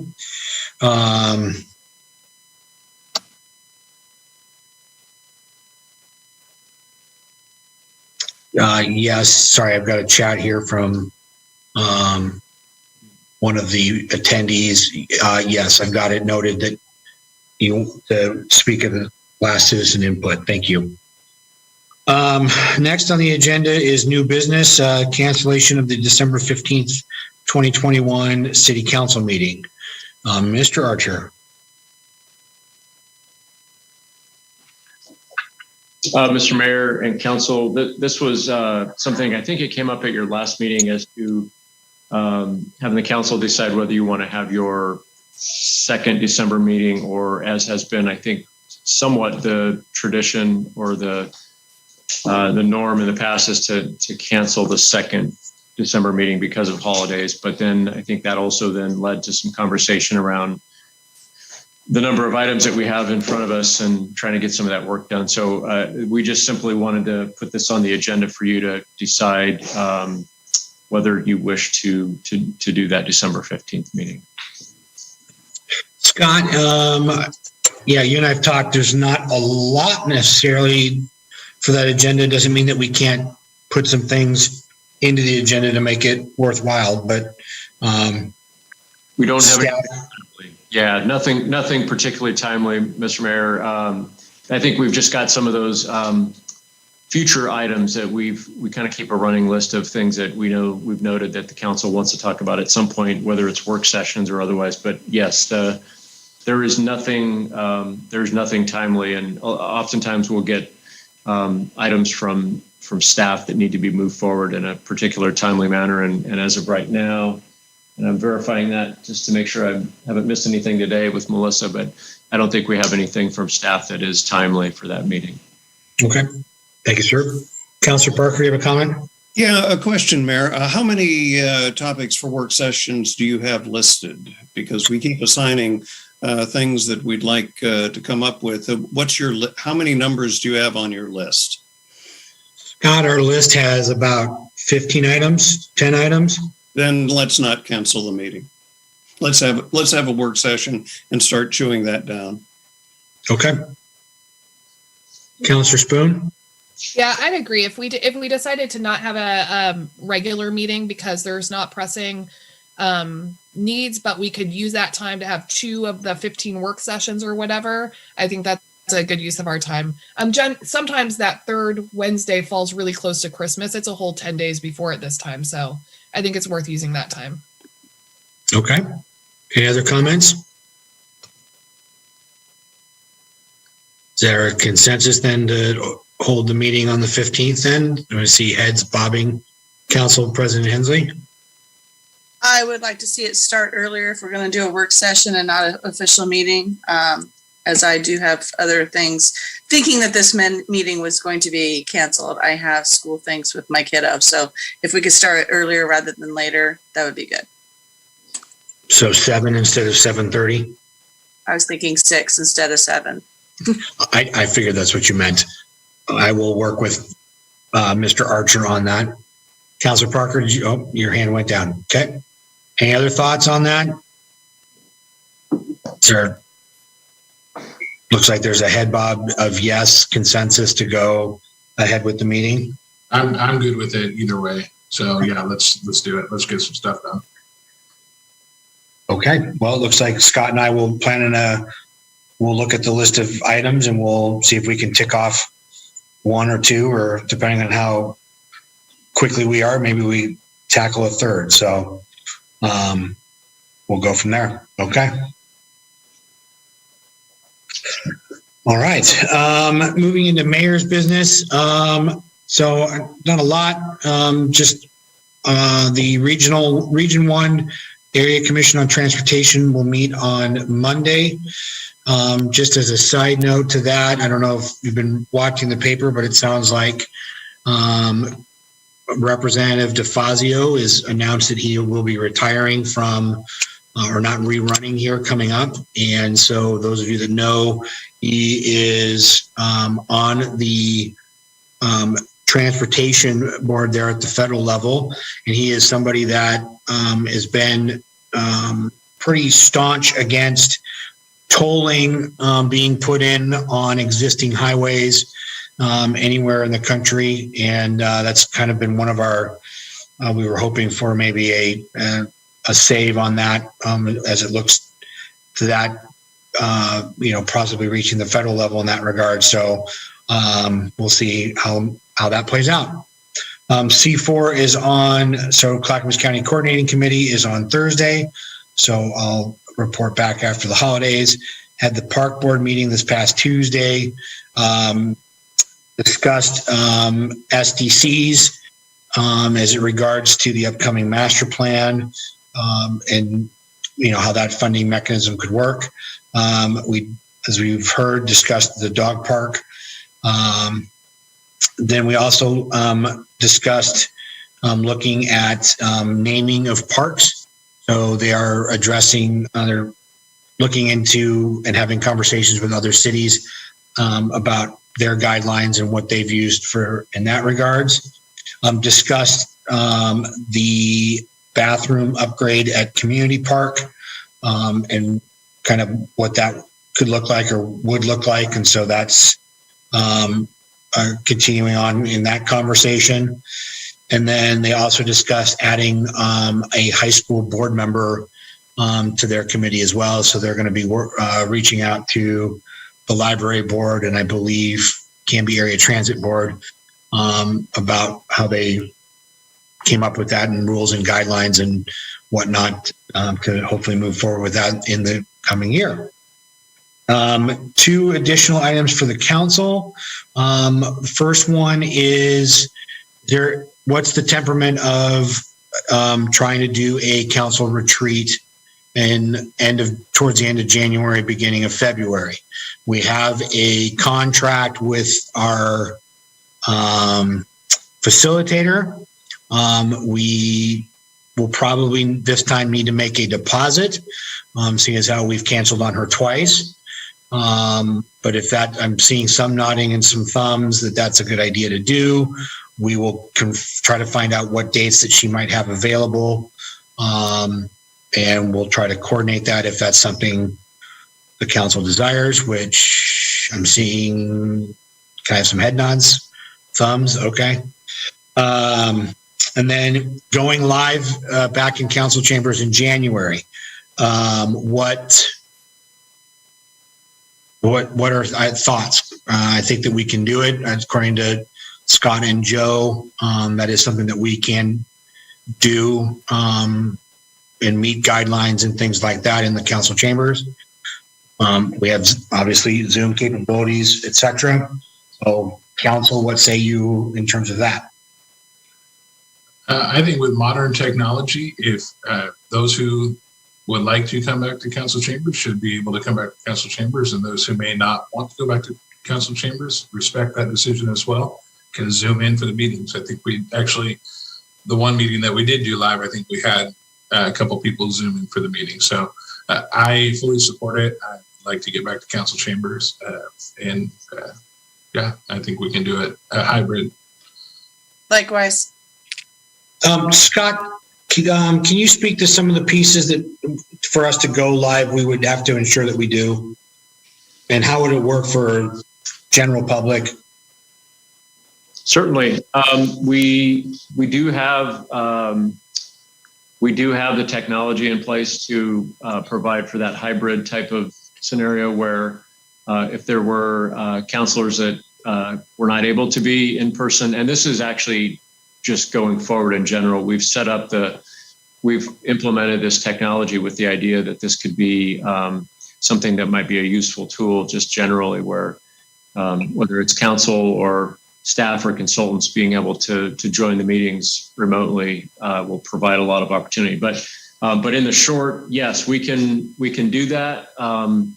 The indoor mask rule still does exist. That is still in place, and we don't know any timeline on whether or when that will change. So, of course, you see me sitting here talking to you right now with no mask on, but the way that the rule works is that a mask needs to be worn indoors with when you're within, we're not able to socially distance with other people. However, when you're public speaking, you can remove your mask while you're doing that. So that's kind of why we've been jostling back and forth. Whoever's at the speaker table has removed their mask to be able to speak, and then we'll put that back on as we kind of slide over to the table. So I guess that's what I would envision is something along those lines when the council would be back in the chambers at the dais. We'd need to have the mask and then we can take that off. And there's no social distancing requirement anymore. So as long as we follow that mask rule, you guys could be within 6 feet. Right.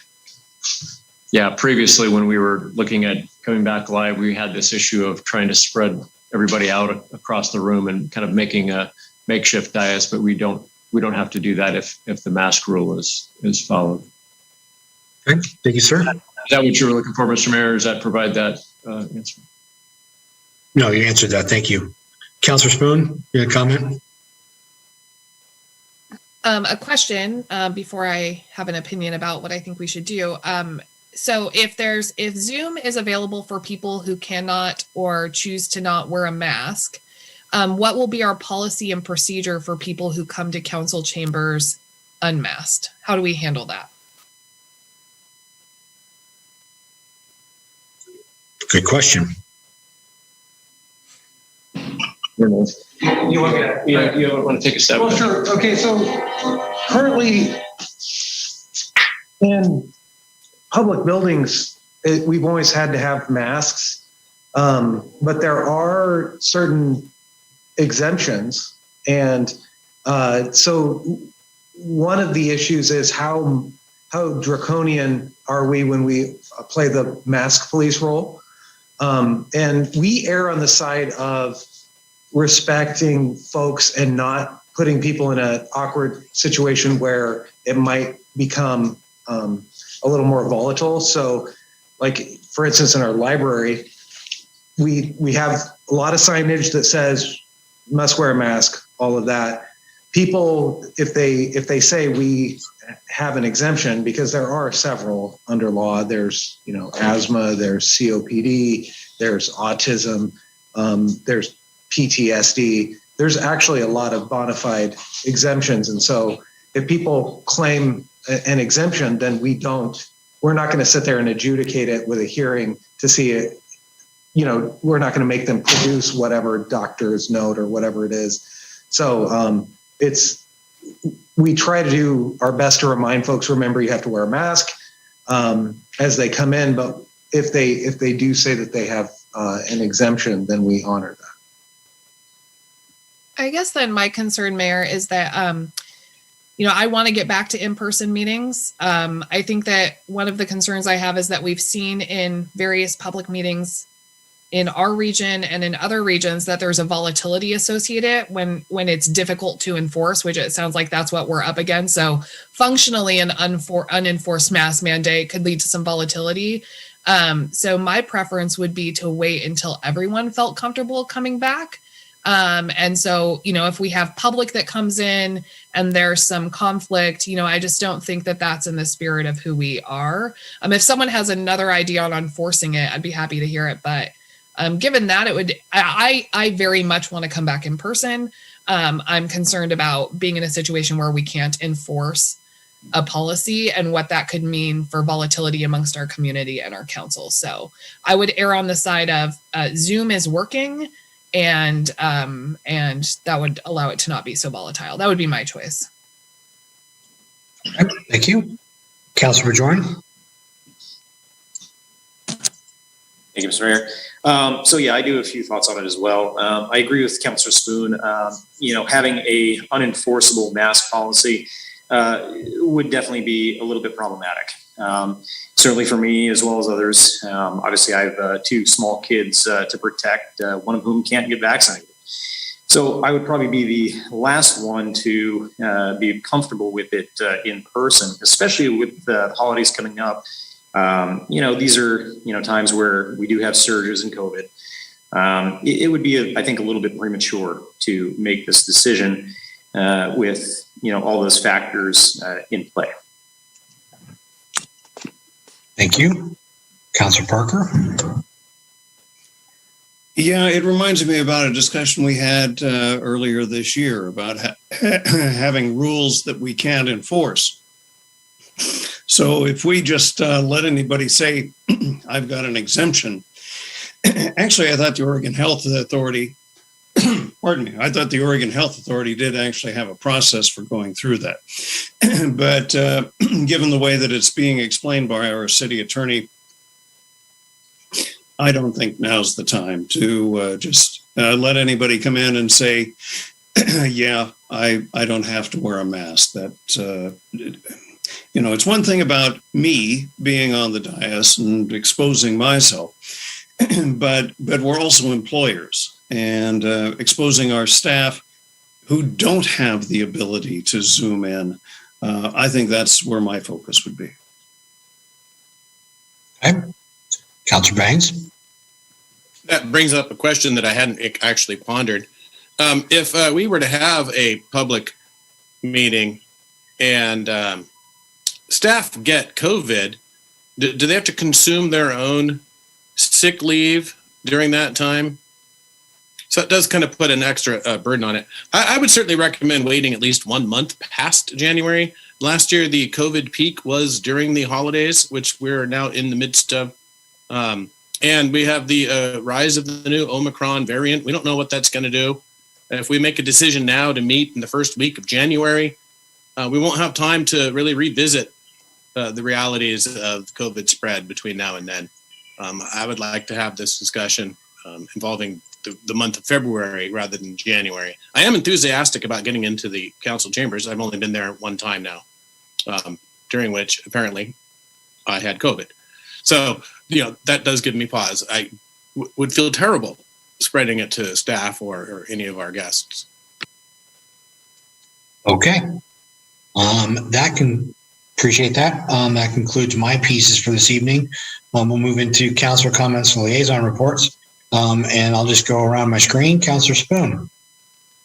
Thank you, Mr. Mayor. Just a couple of things. I want to welcome Brian Peterson to the Canby Area Transit Advisory Board. We do still have at least one more opening So if anyone's interested, we would love to have you there. Light the Night is this Friday at 6 p.m. It's one of my favorite events of the year, and I'm happy to have it back this year. And I'm excited that the parade is back. So all of the information on the parade route and the lighting is on Facebook and on the city website, I believe. Scott, it's on the city website, is it not? Yeah. And the lighting happens the parade happens at 6 p.m. The other thing is that tomorrow night is the first Thursday night market at 5 p.m. downtown. And I want to give an extra special thanks to everyone that participated in Small Business Saturday. It was a very busy day downtown, as was apparently Wednesday, I'm told, the day before Thanksgiving. So it is so much fun to see a vibrant downtown and to see people engaging and supporting our local businesses. Other than that, I want everyone to have a happy holiday. We're in the middle of Hanukkah and we have other ones coming up. So whichever one you celebrate, I hope it's great. Thank you. Councilor Bangs? Thank you, Mr. Mayor. The school board canceled its meeting in the week of Thanksgiving, and the library advisory board has not met since the last time we met. I do have a request, though. I would like to have the Canby Community Park bathroom replacements put on the agenda in January. I don't know if I need to make a motion for that or if we need to have a number of headline nods, but I'd like to have a discussion on that at the city council. Should I make a motion to that effect? No, I mean, I did take that to the Parks Board as you asked, and they are currently discussing that. Right. I saw that they voted 8-0 to wait until after the master plan, but I'm also believing that the master plan is not going to discuss the replacement of the bathrooms. So I believe the bathrooms need to be replaced regardless of what the master plan might say. I think that it's a public health crisis. I think it's a state of emergency there. So I'd like to have that discussion, whether we decide to do that or not.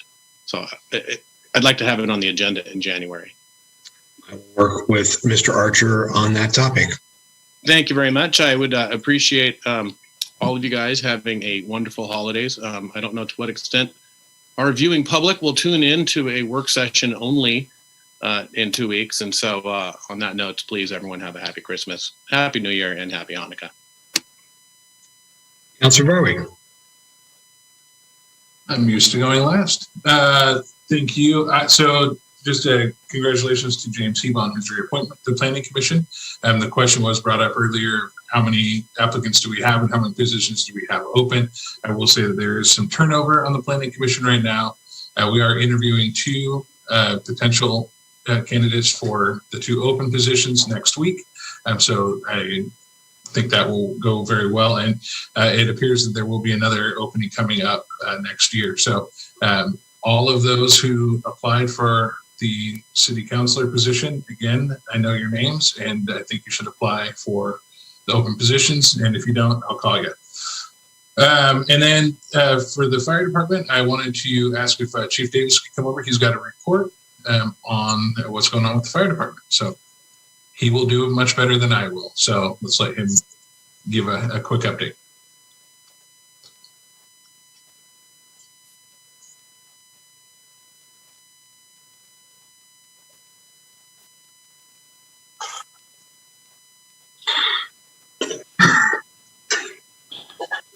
Okay, I'm back. I'll be very brief. You guys have had a long night tonight. The Northside Station groundbreaking has happened. Canby X has been in there scraping the land today. We're doing a soils test, and then they'll start the foundation and you'll actually start seeing the building going up. So that's good news. We did run into quite a few site issues in regards to lack of utilities that we were not aware of. And so we're going to have to adjust our budget and find out if we have enough money in the budget to continue with that particular project. I'll be taking that to the fire board in the future. But thank you to the City of Canby Public Works and Scott Archer and Jerry Nelzine for working with us as a good neighbor down there in regards to trying to figure out these utility issues that we have down there. We did hold a joint tabletop exercise with Dr. Downs and the school district staff, city staff, as well as the fire district staff. And we had an hour-and-a-half tabletop exercise at the Emergency Operations Center. And it went very well. We only spent about an hour and a half. It was very precise and to the point. We hope to do these quarterly with the school district, the city, and the fire district. We hosted the first exercise, which was a winter storm hitting the community before forecasted, causing issues for the school district and as well as police and fire. So that went extremely well. Great partnership with the school district and with the city on that. Tough to believe we're out of wildland season with all the rain that we've been having, but we did respond to the most deployments in the state of Oregon out of Clackamas County in history in regards to the amount of actual deployments for protecting other communities within the state of Oregon. So hats off to my firefighters. They are right at the top in regards to evaluations at the state level, and we get called out all the time. And we are reimbursed for that as well through the State Fire Marshal's Office Deployment Fund. So that's a good thing. As Councilperson Spoon said, light up the night. I'll be at the starting line and assisting the city with the light up the night parade and hopefully delivering Santa in one piece today. We'll make sure he stays upright while he gets up to the gazebo. So that should go very well. Reminder, Kiwanis has their toy and food drive going on, and let's support them in regards to the toy and food drive. And I just wanted to, the fire district has had some very tragic incidents lately. It's taken its toll on some of us in regards to dealing with some very tragic accidents and fully involved house fire from a long-term family up on Country Club Drive. So we're helping with that family as they were burned out. And so we're working with local church and community in regards to helping that family find a place to live and stuff. But with that, I just wanted to wish all of you a happy holiday season and really enjoy your families. Thank you.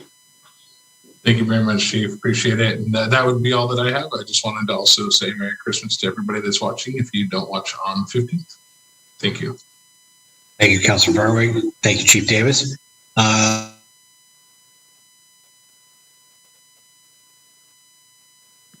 We seem to have lost the mayor. You're up, Council President Hensley. Till he comes back, I guess.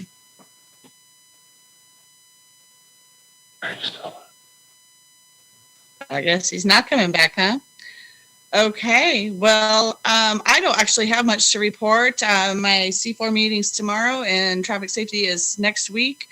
And we're already 4 hours into tonight and my battery already went down to 1% and had to change devices. So I will punt to the next counselor and just say Merry Christmas, Canby. And next up will be Counselor Banks for his report. And I see the mayor's back.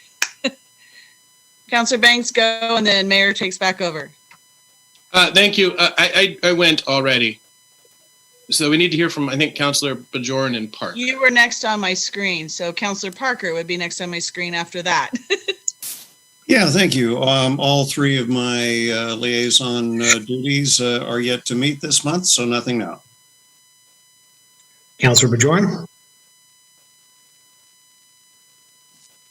Nothing yet. Canby Utility Board meets middle of December, so I'm planning on being there to hear what they have to say and everything. So we'll report after that. Great, thank you. We do have an additional citizen input from Jason Patton, who would like to address the council, I believe, on the earlier dog park conversation.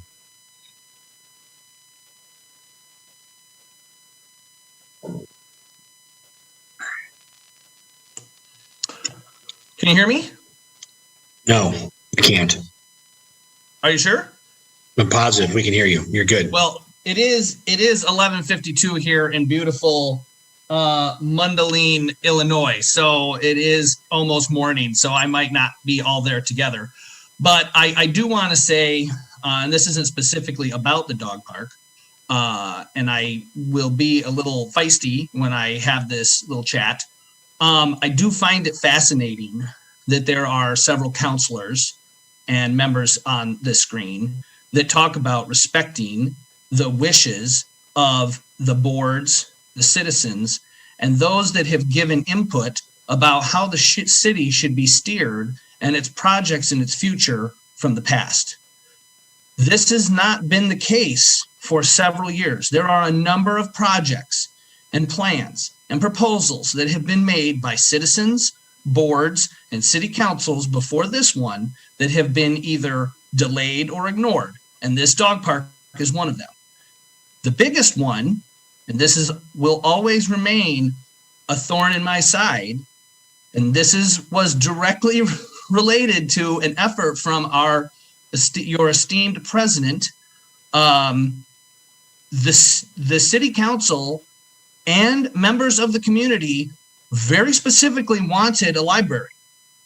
The money was approved for it, and the council worked really hard to try and kill that effort. And it went to a vote of the citizens and passed. So I just want to point out that the city council doesn't really have a strong track record of making decisions and overriding the citizens of this community and actually being on point with that. This dog park, other plans have been in the works for years. It is time that the city council and the leadership actually get some stuff done.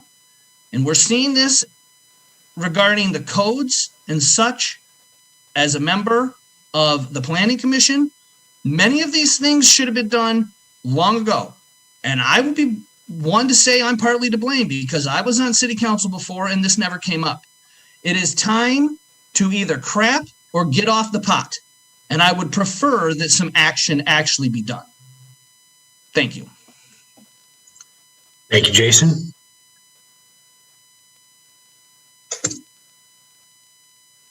And that, I don't think there's any other citizen input after Mr. Patton. So, Melissa, do you want to do action review? Brian, I believe we missed city administrator report. Oh, I'm sorry, we did. Thank you. I guess we'll do that first. Sorry, Melissa. I can be very quick and I was just going to let it go because there wasn't anything particularly timely, but two quick announcements. One is the Ivy Street work on the railroad crossing in the downtown area. We anticipate that being back open a week from tomorrow, next Thursday, December 9th, with weather cooperating. So we're moving along nicely on that. And then I was going to just announce, I may have shared this with council by email, but I wanted to announce it as well, that we got some great news from the state DLCD, Department of Land Conservation and Development. They've awarded us a grant for almost $50,000 to do an economic opportunity analysis. This is also kind of coinciding with some other grants that are Don Hardy and our excellent planning team have done a good job of securing some funding for these types of processes that we've been wanting to do, like our housing inventory work and some other things. So we've received yet another grant for almost $50,000 from the state to do this economic opportunity analysis that we've been wanting to work on. So that's it. That's my quick report for tonight. Councilor Spoon, did you have a question? Yeah, is it tomorrow that Grant Street is also going to be closed, that intersection, for pouring of the concrete for the arch? We had a delay on that. There's been a little bit of a delay on that, so not tomorrow, but probably not too far out. Okay, and you'll let us know and send out an email? Yes. I'm happy. I was nervous about having two intersections closed simultaneously midweek, so that'll be nice to have a little bit of a break. All right. Now we can do action review. All right. Yes, you have approved the consent agenda, adopted ordinance number 1566, and directed staff to move forward with options 1 and 3 related to the dog park. with implementation after completion of the Parks Master Plan. Great. Thank you for that recap. I appreciate it. Before we adjourn, just a reminder to council, go over to your, leave here, go to your other link for our exec session, and we'll reconvene over there. I will read this and then we'll take a motion to go in. Well, I guess I need a motion to go into exec session. So moved. Or do you need the ordinance? I move that we go into. Need the ORS. Here, Council President Hensley, you're breaking up. So Second. I'll make it. I move that we move into executive session according to ORS 192.660 subparent 2 subparent I. Motion's been made. Thank you. Or a second, Council President Hensley, thank you. So we will be going into exec session. Representatives of the news media and designated staff may attend exec session. Representatives of the news media are specifically directed not to report on any of the deliberations during the executive session, except to state the general public of the session as previously announced. And no executive session may be held for the purpose of taking final action or making any final decisions. All those in favor of going into exec session? Anyone opposed? All right. Well, Canby, thank you for tuning in this evening. We're going to continue our meeting outside in exec session. Please join us on Friday night for the Light the Night festivities in and around Waite Park. And have a Merry Christmas and a safe holiday season, whatever it is that you may do. Just be safe, and we'll see everyone on the 15th for our work session. Council, we are adjourned temporarily.